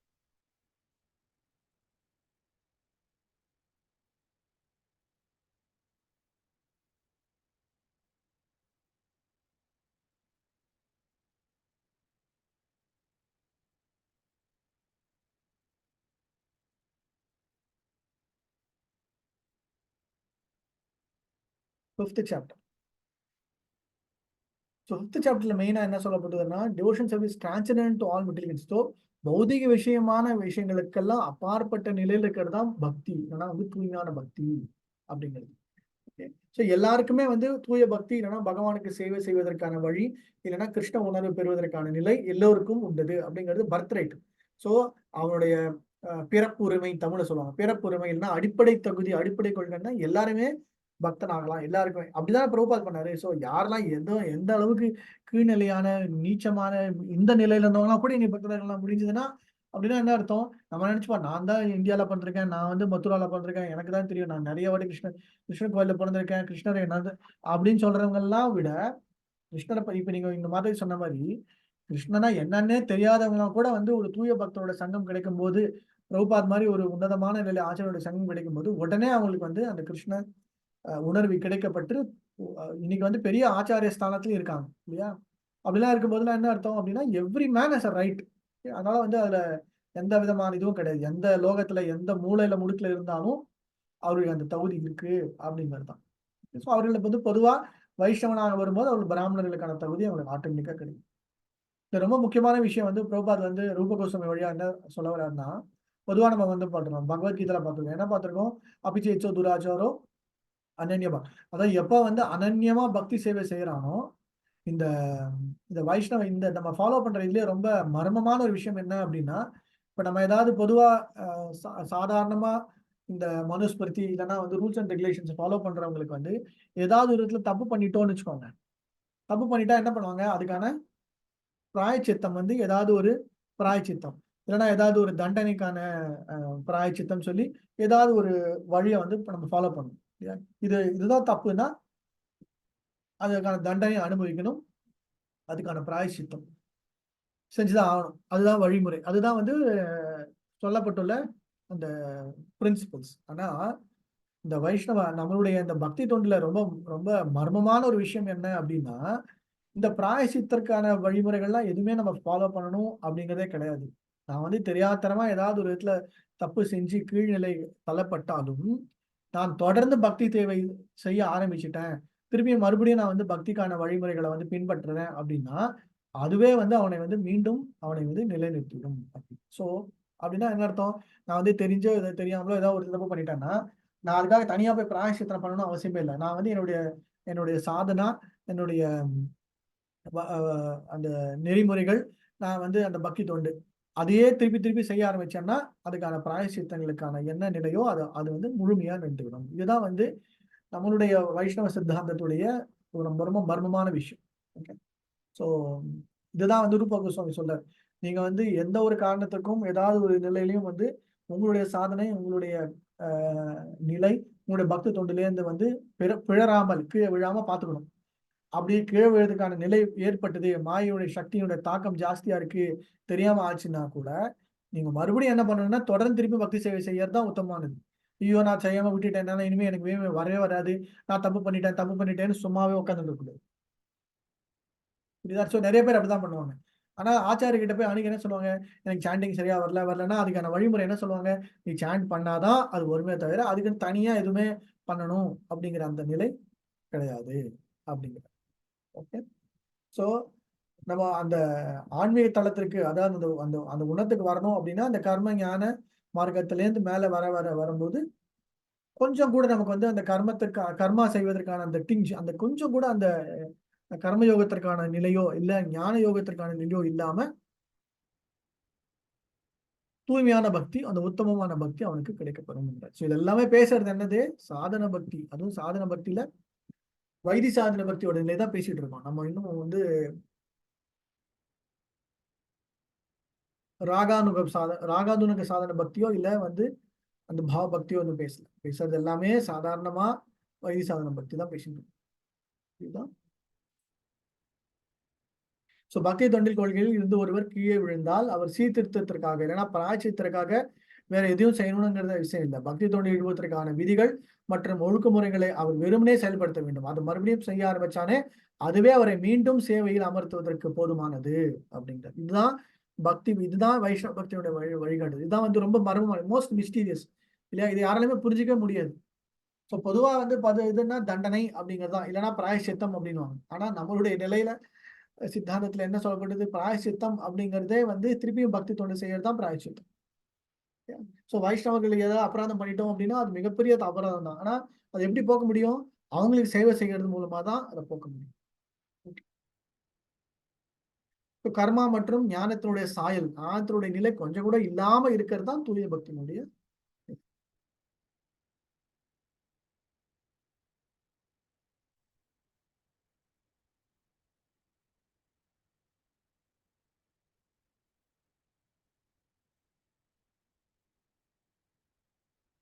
ஸோ இந்த 5th சாப்டர்ல பக்தி சேவையின் தூய்மை, அதாவது பியூரிட்டி ஆஃப் டிவோஷன் சர்வீஸ் அப்படிங்கிற போது எதுக்கு இவ்வளவு தூரம் இம்பார்ட்டன்ஸ் கொடுக்கப்படுதுன்னா அந்த அந்த மெயினான பாயிண்ட்.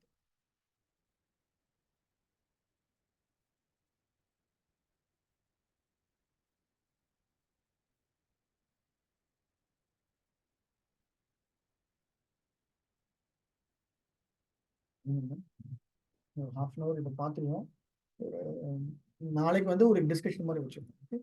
ஸோ 6th சாப்டர்லேருந்து 13ஆம் சாப்டர் வரைக்கும் சாதன பக்தியுடைய 64 அங்கங்கள் அப்படின்னு குறிப்பிடப்பட்டுள்ளது. இந்த 64 அங்கங்கள் எப்படி பிரிக்கப்பட்டுள்ளதுன்னா, முதல் 20 வந்து முதன்மையானது, அதாவது பிரைமரி. ஓகே, ஆரம்ப நிலை இல்லை பிரைமரி. கண்டிப்பா அதை வந்து தெரிஞ்சுக்கவே வேணும். அந்த 20ம் வந்து நம்ம என்னங்கிறது தெரிஞ்சுக்கணும். அந்த 20ல வந்து 2 விதமா பிரிக்கப்பட்டுள்ளது. முதல் 10 வந்து பிரவிற்த்தி மார்க்கம், இன்னொரு நிவர்த்தி மார்க்கம். பிரவிற்த்தினா கண்டிப்பா நம்மளுடைய நேர்மறையான it has to be followed. இது இப்படிதான் செய்யணும் அப்படின்னா அதை அப்படி செய்ய அந்த சாதன பக்தியுடைய அந்த அங்கங்கள், அதாவது அந்த லிம்ஸ் வந்து நல்லா வளரும், நல்லா இருக்கும் அப்படின்னு. அடுத்த 11லேருந்து 20 வரைக்கும் பாத்தீங்கன்னா இதெல்லாம் செய்யக்கூடாது. எதெல்லாம் செய்யணுங்கிறது முதல் 10, இதெல்லாம் செய்யக்கூடாதுங்கிறது அடுத்த 10. ஸோ அதனால பிரைமரியா முதல் 20, அதுக்கப்புறமா ஒரு 44, கடைசியில வந்து அந்த 20லேருந்து 50, அதாவது கிட்டத்தட்ட ஒரு 64 வரைக்கும் பாத்தீங்கன்னா மற்ற விஷயங்கள் எல்லாமே வந்து ரொம்ப டீட்டெயிலா சொல்லப்பட்டுள்ளது. அது எல்லாமும் அங்கங்கள் தான். அது ரொம்ப பிரதானமா ஒரு 5 விஷயங்கள் நம்ம சொல்ல சாதன பக்தியினுடைய பொட்டன்சி, அதாவது ரொம்ப முக்கியமான பிரதமையான வாய்ந்தகள் அப்படிங்கிறது ஒரு 5. அது 5ங்கிறது என்னங்கிறத நம்ம பார்க்க போறோம். ஓகே, ஸோ 6வது அத்தியாயத்திலேருந்து பாத்தீங்கன்னா முழுமையா 6வது அத்தியாயத்திலேருந்து 13வது அத்தியாயம் வரைக்கும் முழுமையா இதை பத்தி தான் டீட்டெயில்டா வந்து ஃபுல்லா நீங்க வந்து பக்தி ரசாயனத்துல படிச்சீங்க அப்படின்னா ஒவ்வொரு அங்கம், அந்த அங்கத்தோட நிலை என்ன, அப்புறம் பிரபுபாதர் வந்து அதுக்கான இம்பார்ட்டன்ஸ் என்ன அப்படி. ஃபார் எக்ஸாம்பிள் மதுராவில் வசிப்பது அப்படின்னா அர்த்தம் மதுரா விருந்தாவனம் போல இருக்கின்ற புனித ஸ்தலங்களில் வசிப்பது அப்படிங்கிறது ஒரு ஒரு ஒரு அங்கம். அதாவது இந்த இந்த மாதிரி இந்த 64ல எதெல்லாம் ஃபாலோ பண்ண முடியுமோ அவ்வளோ நம்ம ஃபாலோ பண்ணும்போது அந்த சாதன பக்தியினுடைய குறிக்கோளான அந்த பாவ பக்தி ஒருவனுக்கு கிடைக்கப்படும் அப்படிங்கிறார். ஸோ அதுதான் நாளைக்கெல்லாம் வந்து நம்ம ஒரு எக்ஸசைஸ் மாதிரி பண்ணுவோம். அந்த எக்ஸசைஸ் பண்ணும்போது உங்களுக்கு வந்து இண்டிவிஜுவலா நீங்க படிக்க அது உங்களுக்கு தெரிய வரும். சரியா? ஸோ இப்போதைக்கு வந்து இந்த 64ல முதல் 10, 20 மட்டும் நம்ம பார்ப்போம். ஏன்னா இதுல எப்படி கொண்டு போயிருக்கு அப்படின்னா, அந்தந்த சாப்டர் இப்போ நீங்க வந்து 6வது 7வது சாப்டர் எடுத்தீங்கன்னா அந்த முதல் 10 வந்து டீட்டெயில்டா வந்து ஒரே ஒரு ஃபுல் சாப்டரா வந்து ஒரு விஷயமா எடுத்து சொல்லி அந்த அதுக்கான மேற்கோள், அதுக்கான எக்ஸாம்பிள், அதுக்கான நிலை எங்கேருந்து கொடுக்கப்பட்டுள்ளது அப்படிங்கிறதையும் எடுத்து சொல்லி நமக்கு வந்து டீட்டெயிலா கொடுத்துருப்பாங்க. எதுக்கு இவ்வளவு தூரம் சொல்றேன் அப்படின்னா, பக்தி ரசாமணி சிந்துடைய நோக்கமே என்ன அப்படின்னா இந்த பகவானுடைய தூய பக்தி, அந்த பிரேமை கிடைக்கப்படுதுதான். அதனாலதான் வந்து இது வந்து கிட்டத்தட்ட வந்து இப்ப நான் சாதாரணமா இருக்கிற பக்தர்களுக்கு பகவத்கீதா எப்படி முக்கியமோ அது மாதிரி தூய பக்தர்கள் அந்த கிருஷ்ண பிரேமை கிடைக்கணுங்கிற நிலவரங்களுக்கு இந்த புக்கு தான், இந்த பக்தி ரசாமிர்த சிந்து தான் பகவத்கீதா மாதிரி. ஓகே, அதனால்தான் இந்த 64 அங்கங்கள்ங்கிறது ரொம்ப முக்கியமானது.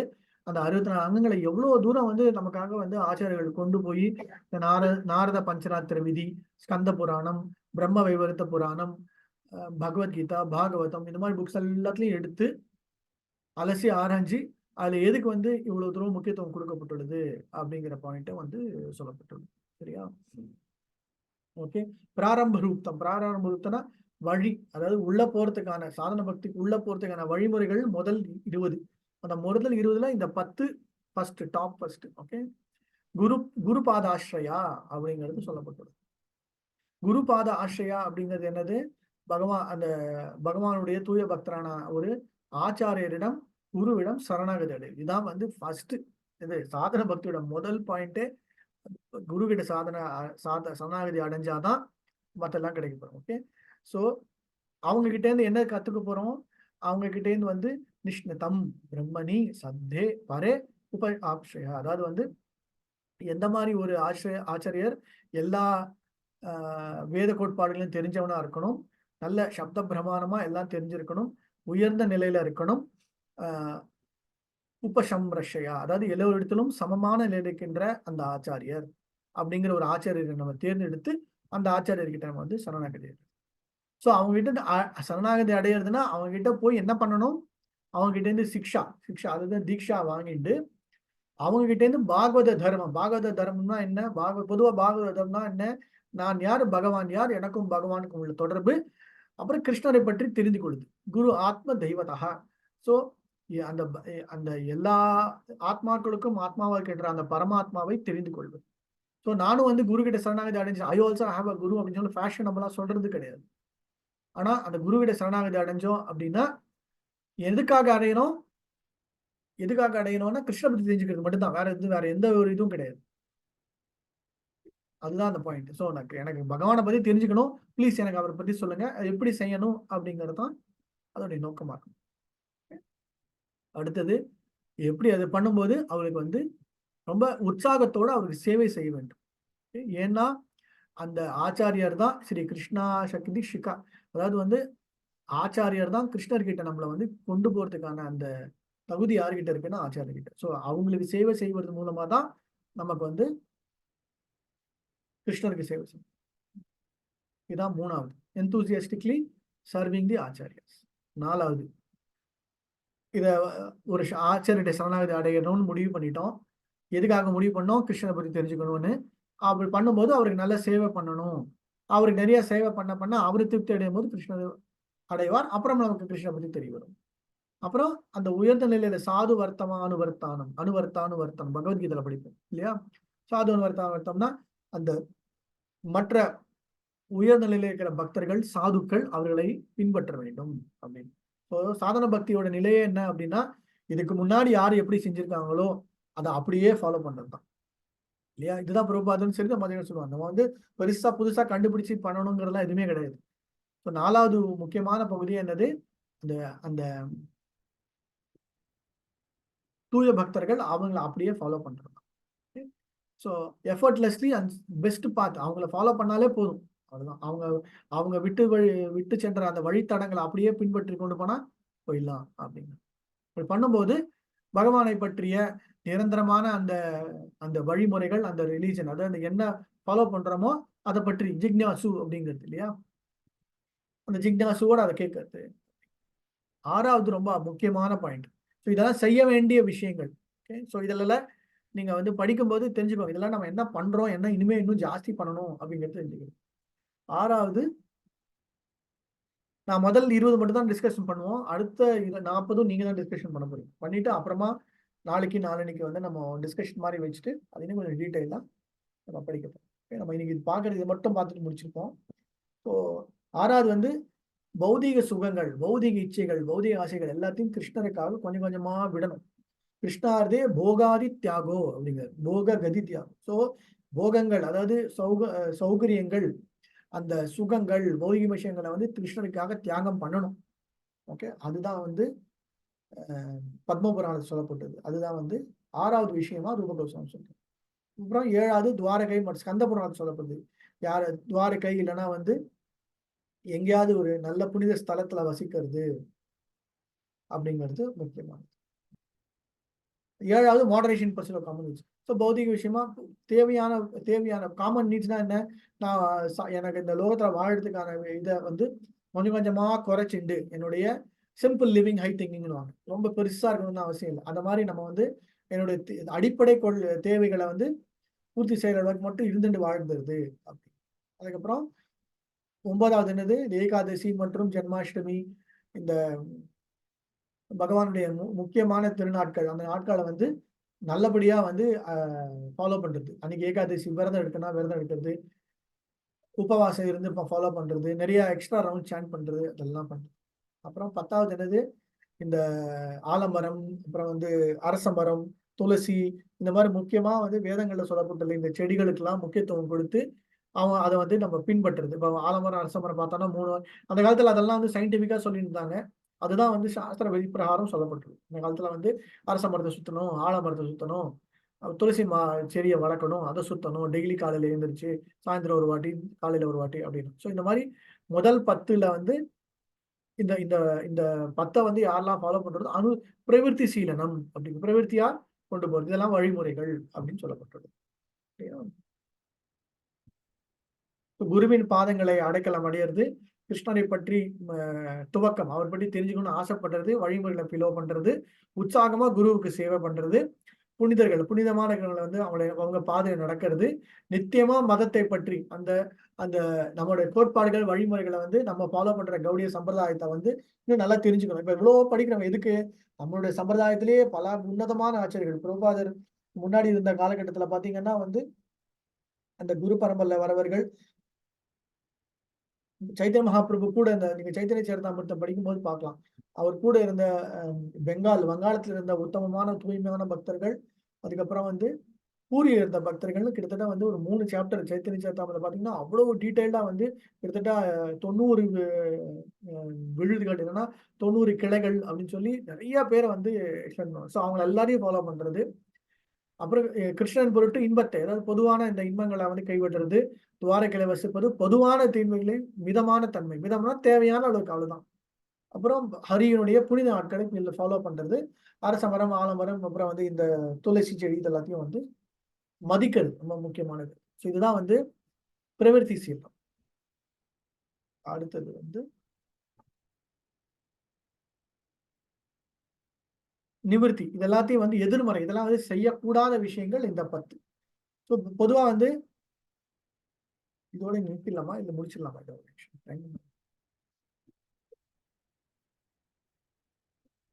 11:30. ஓகே, அப்போ இன்னொரு ஹாஃப் அன் அவர் பார்த்துக்கணும். இதுவும் பார்த்துட்டோம்னா இது. ஸோ அடுத்த 10 என்னது, நிவர்த்தி. நிவர்த்தினா வந்து அதாவது நெகட்டிவா இருக்கணும். அதாவது இது மேல வந்து இது பண்ணக்கூடாது. அதாவது வந்து பார்த்து நடந்துக்க வேண்டியது என்னது, rejecting the association of all those averse to God. So யாரெல்லாம் அபக்தர்கள், யாரெல்லாம் வந்து பகவான் மேல வெறுப்பு நிச்சு காட்டுகிறார்களோ, யாரெல்லாம் வந்து நாஸ்திக தன்மை இருக்கணும், அவங்களோட சங்கமே வச்சுக்கூடாது. அவங்களோட இருக்கிறது அந்த நிலையிலே வெளியே வந்துடணும் அப்படிங்கிறது. ஸோ அது வந்து உதாரணங்கள் சொல்றாரு. Katyayana சமயத்தால better to be in the cage of burning fire than to be in the calamity of being amiss. So நான் வந்து ஒரு நெருப்பு எரிகின்ற ஒரு குகையில, ஒரு கூண்டுக்குள்ள இருந்தாலும் பரவாயில்ல. ஆனா வந்து இந்த இந்த அபக்தர்கள் இல்ல, இந்த நாஸ்திகளோட மட்டும் சங்கம் வச்சுக்கவே கூடாது அப்படிங்கிறது. அதாவது வந்து ஒரு புலியோ இல்ல ஒரு பாம்பை கூட நான் வந்து தழுவிப்பேன். ஆனா வந்து அபக்தர்களோட சங்கம் மட்டும் நான் வச்சுக்க மாட்டேன் அப்படிங்கிற பாயிண்ட். அப்புறம் வந்து இந்த மாதிரி வர வர அவனை ஃபாலோ பண்ற நிறைய பேர் வந்துருவாங்க இல்லையா, சிஷ்யர்களாகவோ இல்ல ஃபாலோ. ஸோ அந்த மாதிரி நிறைய பேரை வந்து தனக்கு பின்னாடி வளர்த்துக்காம இருக்கு. ஸோ பொதுவா இது வந்து ஆச்சாரியர்கள் சொல்லப்படுது. இல்ல உயர்ந்த நிலை மேல முன்னேற அவங்களுக்கு நிறைய ஃபேன்ஸ் ஃபாலோவர்ஸ் இருப்பாங்க இல்லையா. இந்த துதி பாடுறவங்கன்னு சொல்லுவாங்க இல்லையா. ஸோ துதி பாடுறவங்க இருந்தாலே நம்மளால முன்னேற முடியாது. சார் உங்களை மாதிரி வருமா சார், உங்களை மாதிரி வருமா மாதாஜி, நீங்க தான் பெஸ்ட் அப்படின்னு ஏத்தி விட்டே நம்மள இறக்கி விடுவாங்க. அந்த மாதிரி இவங்களை வந்து குறைச்சிக்கணும். அதே மாதிரி ஸ்டூடெண்ட்ஸ், அதாவது பொதுவா வந்து நிறைய பேர் நம்ம கூட இருந்துக்க நிறைய அந்த பேரு புகழ் எல்லாம் வர ரொம்ப ஜாக்கிரதையா இருக்கும். அதனால எவ்வளவுக்கு எவ்வளவு குறைவான நிலை இருக்குமோ அவ்வளவுக்கு நமக்கு பெஸ்ட். 13வது பாத்தீங்கன்னா, ரொம்ப பெரிய விஷயங்கள் எடுத்து செய்யணும்னு ஆசைப்படுது. நான் இது அதாவது ஜென்ரலா என்ன சொல்லுவாங்கன்னா, நான் தான் எல்லாம் செய்யறேன் அப்படிங்கிற நிலைக்கு வந்து போகக்கூடாது அப்படிங்கிறது. ஏன்னா வந்து அந்த மாதிரி போகணும் அப்படின்னா ஒரு இடத்துல ஆசை இருக்கும். ஆனா அதை செய்ய ஆரம்பிக்கும் போது என்ன ஆகும்னா, பொதுவா வந்து கர்வம் வந்துடும். தான் அப்படிங்கிற அந்த மேன்மையான நிலை வந்துடும். ஸோ பொதுவா அது மாதிரி ரொம்பவும் வந்து எஃபோர்ட் பண்ணி நானே பண்றேன் அப்படிங்கிற நிலையும் இருக்குது.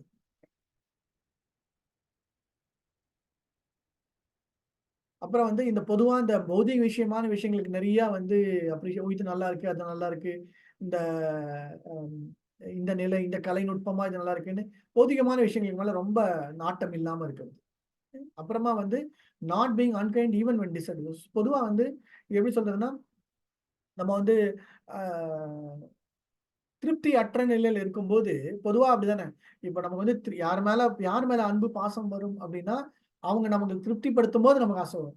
ஆனா திருப்தி இல்லாத நிலையில அவங்க மேல நமக்கு அந்த அன்போ அந்த நிலையோ இருக்காது. ஆனா அந்த மாதிரி இருக்கக்கூடாது அப்படிங்கிறது தான் முக்கியமான பாயிண்ட். சோ திருப்தி அற்ற நிலையிலையும் அவங்க கிட்ட நம்ம அன்போடு இருக்கிறது அப்படிங்கிறது.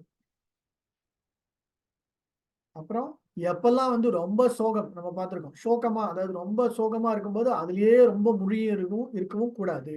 சோ எவ்வளவுக்கு சோகமா இருந்து அந்த நிலையிலிருந்து சீக்கிரமா வெளியே வரோமோ அவ்வளவுக்கு நமக்கு வந்து நல்லது அப்படிங்கிற பாயிண்ட். அப்புறம் அதிகமா மற்ற தேவர்கள் பொதுவா வந்து மற்ற அந்த தேவாதி தேவர்களை வந்து அவமரியாதையோட நம்ம நடந்துக்கூடாது. ஏன்னா அவங்க எல்லாருமே பார்த்தோம் அப்படின்னா அவங்க எல்லாருமே பகவானுடைய தூய பக்தர்கள் தான். பக்தர்களுக்கு பகவானுக்காக சேவை செய்கின்றவர்கள் இல்லையா. சோ அதனால எக்காரணத்து கொண்டும் இந்த பிரம்மா, ருத்ரன், இந்திரன், வாயு மற்றவங்க எல்லாரையுமே இருக்கிற அந்த 30 தேவர்களை வந்து அவமரியாதை செய்யாம இதை பார்த்து.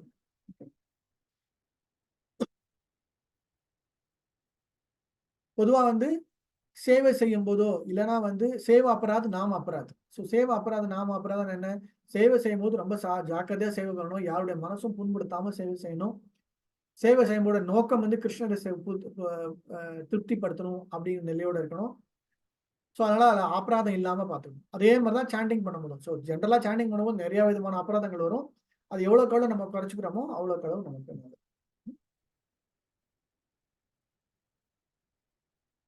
ஸோ பொதுவா வந்து யாராவது ஒரு இடத்துல வந்து பகவானை பத்தி நிந்திக்கிறாங்களோ இல்ல பகவானோட தூளை பத்தி இது பண்றாங்களோ அந்த இடத்துல நம்மளால அவங்களோட சண்டை போட முடியல, அவங்களை எதிர்த்து பண்ண முடியல அப்படின்னா உடனே அந்த இடத்துல இருந்து விலகி விட வேண்டும். நம்மளால முடிஞ்ச வரைக்கும் அவங்களோட எதிர்த்து பேசுறதுக்கான தகுதியை வளர்த்துக்கணும். அவங்களோட வந்து வாதம் ஏற்படுத்தி அவங்கள வந்து வெற்றி பெறதுக்கான வழி இருந்துன்னா அதை செய்யணும். அப்படி இல்ல நம்மளோட நிலை ரொம்ப வந்து வீக்கா இருக்கு, நம்மளால முடியலன்னா உடனே அந்த இடத்துல இருந்து வெளியே வந்துடணுங்கிறார். ஸோ யாராவது நல்ல பக்தர்களை பத்தி 2 பேரும் குசு குசுன்னு ஏதாவது வந்து தப்பா பேசுறாங்க அப்படின்னா அதை எதிர்த்து பேசுறதுக்கான நிலை இருந்தா பேசணும். அப்படி இல்லையா நம்மளால வாய மூடின்னு இருக்கணும்னா, காது மூடின்னு இருக்கணும்னா உடனே அந்த இடத்த விட்டு வெளியே வந்துடணும். அப்படின்னா என்ன அர்த்தம்னா, ஜென்ரலா வந்து இந்த பிரஜல்பா மத்தவங்கள பத்தி பேசிட்டு இருக்காங்க அப்படின்னா அந்த இடத்துல நம்ம எவ்வளவுக்கு வெளியே வந்துடுறோமோ அவ்வளவுக்கு நமக்கு வந்து சேஃப். ஸோ அந்த இடத்துல இருக்கக்கூடாது அப்படிங்கிறது தான் அவங்களோட அந்த நிலை நம்ம வந்து பார்த்துக்கணும். இதுதான் அடுத்த 20. கடவுள் மீது வெறுப்பு கொண்டவர்களின் சங்கத்தை நிராகரிக்க வேண்டும். மாணவர்களோ சீடர்களோ வைத்திருப்பதில் பற்று இல்லாமல் இருக்க வேண்டும். பெரிய முயற்சிகளை அதிகம் ஆட்டம் கொள்ளக்கூடாது. இவ்வளவு ஏன்னா பௌதிகமா பெரிய முயற்சிகளை பண்ணதான் அதுல வந்து நம்ம போய் மாட்டின்றுவோம். நம்ம அதுல வந்து நம்மள அறியாமலே நமக்கு வந்து அந்த ஈடுபாடு வந்து அந்த அந்த அந்த பந்த நிலை வந்துடும். ஓகே. கலை, அறிவியல் மதங்கள் நிறைய விஷயங்களோ இது நல்லா இருக்கு, அதெல்லாம் அந்த பௌதிக விஷயமான விஷயங்கள்ல இருந்து வெளியே வரணும். அதிருப்தியாக இருந்தாலும் அன்பாக இருக்க வேண்டும். புலம்பல் நேரங்கள் அதிகமாக, அதாவது ரொம்ப நேரம் உட்காந்து புலம்பிட்டு இருக்கக்கூடாது. மற்ற கவலைகளை அவமரியாதை இல்லாமல் பார்த்துக்க வேண்டும். சேவை குற்றங்கள், அதாவது வந்து சேவைகள் குற்றமோ இல்லைன்னா வந்து நாம அபராதம் இல்லாம பார்த்துக்கணும். இல்லைன்னா கிருஷ்ணரையோ அல்லது அவரது பக்தரையோ அவமதியோ பொறுத்து கொள்ள முடியாமல் இருக்கக்கூடாது. ஸோ எவ்வளோ அது எதிர்த்து பண்ண முடியும் பண்ணணும். அது பண்ண முடியலன்னா வெளியே. நான் இன்னைக்கு இதோட நிறுத்திக்கிறேன். நாளைக்கு வந்து இந்த 6வது அத்தியாயத்திலேருந்து குரூப் மாதிரி பிரிச்சுட்டு நம்ம டீம்லயே நீங்க என்ன பண்ணுங்க, முதல் 10 வந்து ஒரு டீம் வந்து எக்ஸ்பிளைன் பண்ணணும். அடுத்த 10 வந்து அதுக்கான எக்ஸாம்பிள்ஸோட வந்து எக்ஸ்பிளைன் பண்ணணும். அதுக்கப்புறமா வரதெல்லாம் நிறைய இருக்கும். அதுக்கப்புறமா வந்து கிட்டத்தட்ட ஒரு 40, 50 அது வந்து 10 10ஆ நம்ம பிரிச்சுட்டு ஒரு குரூப்பும் அந்த 10 வந்து படிச்சுட்டு அந்தந்த சாப்டர் நீங்க படிச்சீங்கன்னா தெரியும். அந்தந்த சாப்டர் படிக்கும்போது டீட்டெயிலா என்ன சொல்லப்பட்டுள்ளதுங்கிறத நீங்க வந்து மற்றவங்களுக்கு வந்து எடுத்து சொல்லணும். சரியா? இப்போ ஒரு உதாரணத்துக்கு வந்து திலகம் வச்சுக்கிறது, பிரசாதம் எடுத்துக்கொள்றது, நமஸ்காரம் பண்றது, அதுக்கப்புறமா வந்து வலம் வர்றது, இப்போ கிரி வலம் அப்படின்னுவாங்க, இல்லைன்னா வந்து யாத்திரா போறது அப்படிங்கிற பாயிண்ட். ஸோ இந்த மாதிரி நிறைய விஷயங்கள் வந்து ஒரு நிலையிலும் சொல்லப்பட்டுள்ளது. அது எல்லாமே என்னங்கிறத வர நாட்கள்ல பார்ப்போம். சரியா?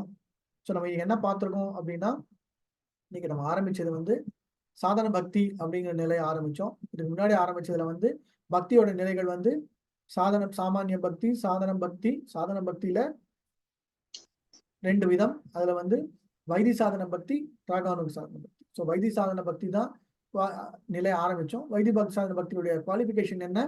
எல்லோருமே பொதுவா எல்லாருக்குமே அது தகுதி வாய்ந்தது. அந்த தகுதியில வந்து 3 நிலைகள் உள்ளது. அந்த 3 நிலைகள் வந்து உத்தம நிலை, மத்திய நிலை, கனிஷ்ட நிலை. இதுதான் பார்த்தோம். அதுக்கப்புறமா வந்து வைத்திய சாதன பக்தியோட நிலையிலேருந்து தெரிஞ்சுட்டு அந்த நோக்கம், வைத்திய சாதனோட நோக்கம் வந்து பௌதிக சம்பந்த விஷயமாக இருந்தாலும் பரவாயில்ல. ஆனா அவங்க அந்த அல்டீரியர் மோட்டிவ் எதுவுமே இல்லாம பகவான் இடத்துல சேவை பயணம் பண்ணும்போது அவங்களுக்கு அந்த நிலை மாறும் அப்படிங்கிறது அந்த ரூப கோஸ்வாமி வந்து இந்த 4 விதமான இதை வந்து சொன்னது அப்படிங்கிறத பார்த்தோம். அப்புறம் பக்தி செய்ய ஆரம்பிச்சாங்க அப்படின்னா முக்தியை விட உயர்ந்த நிலைக்கு கொண்டு போவார்கள் சொல்லி அந்த 5 விதமான முக்திகளுக்கான நிலை என்ன அப்படிங்கிறத பார்த்தோம்.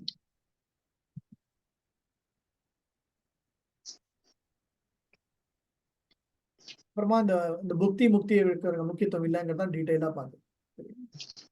அப்புறம் இந்த வைணவ இந்த நம்மளுடைய இந்த சம்பிரதாயம் இல்லைன்னா இந்த நிலையிலுடைய மர்மமான நிலை என்னது, இந்த வைணவ பக்தியினுடைய வழிகாட்டல் மர்மம் என்ன அப்படிங்கிறதையும் பார்த்தோம். அது கீழே விழுந்தாலும் அவர்கள் வந்து மீண்டும் பக்தி தொண்டு செய்வதன் மூலமாக, விதிகளை பின்பற்றுவது மூலமாக அவங்களுக்கு வந்து இந்த பிராயச்சித்த வழிமுறைகள் தேவைப்படாது அப்படிங்கிறதும். அப்புறம் 64 வழி இந்த சாதன பக்தியான அங்கங்கள் அப்படிங்கிறது அதுல வந்து முதல் 20 பிரவிற்த்தி மார்க்கம், நிவர்த்தி மார்க்கம், மற்ற விஷயம் இதை வந்து வரும் நாட்கள்ல. ஹரே கிருஷ்ணா. ஓகே, ஏதாவது டவுட் இருக்கா? இப்ப தயவு செஞ்சு படிங்க. இப்ப நான் வந்து உங்களுக்கு சொல்லுங்க. பிரபு, நான் ஆக்சுவலி ஒரு 5 மினிட்ஸ் லேட்டா ஜாயின் பண்ணேன். ஜாயின் பண்ணும்போது நீங்க வந்து இந்த இதெல்லாம் கொஸ்டின்ஸ் அந்த மாதிரி இது பண்ணி சொல்லி கொடுங்க. இதெல்லாம் நான் அனுப்புறேன்னு சொன்னீங்களா? எனக்கு சால்வ் பண்ணுங்க. ஆமாமா, இது அனுப்ப இதுக்கு நான் தமிழ் டிரான்ஸ்லேஷன் பண்ணிட்டு இருக்கோம். அது செஞ்சுட்டு அப்புறமா சிலதுக்கெல்லாம் தமிழ் டிரான்ஸ்லேஷன் போட்டாச்சு, சிலதுக்கெல்லாம் இன்னும் தமிழ் டிரான்ஸ்லேஷன் போடல. தமிழ் டிரான்ஸ்லேஷன் போட்டுட்டு அனுப்பிச்சு. ஹரே கிருஷ்ணா பிரபு. ஹரே கிருஷ்ணா பிரபு. இப்ப 7வது நம்ம தமிழ் புக்ல 7வது அத்தியாயம் வரைக்கும் எடுத்திருக்கீங்க பிரபு இன்னைக்கு. ஆமா, 7வது அத்தியாயம் வரைக்கும் தானே? ஆமா ஆமா. அதான் பார்த்துட்டோம்.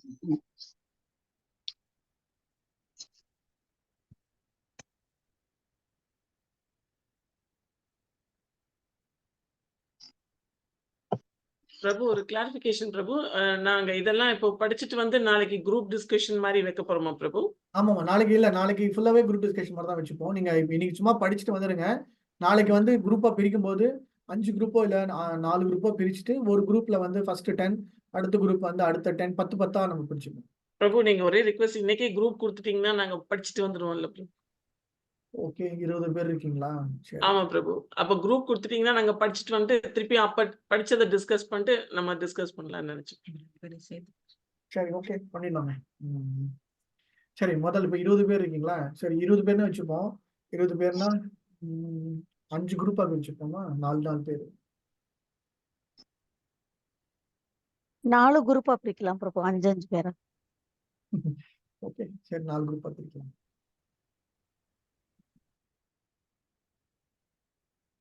சரி, 4 குரூப். இப்ப நான் குரூப் பிரிக்கிறேன். பிரிச்சுட்டு வரும்போது ஃபர்ஸ்ட் குரூப் வந்து முதல் 64 60ன்னு வச்சுப்போமே. 60னா முதல் 10 வச்சுப்போம், பரவாயில்ல. அதுக்கப்புறமா கூட டிஸ்கஷன் பண்ணிக்கலாம். 10 வச்சு முதல் 40 முடிப்போம்.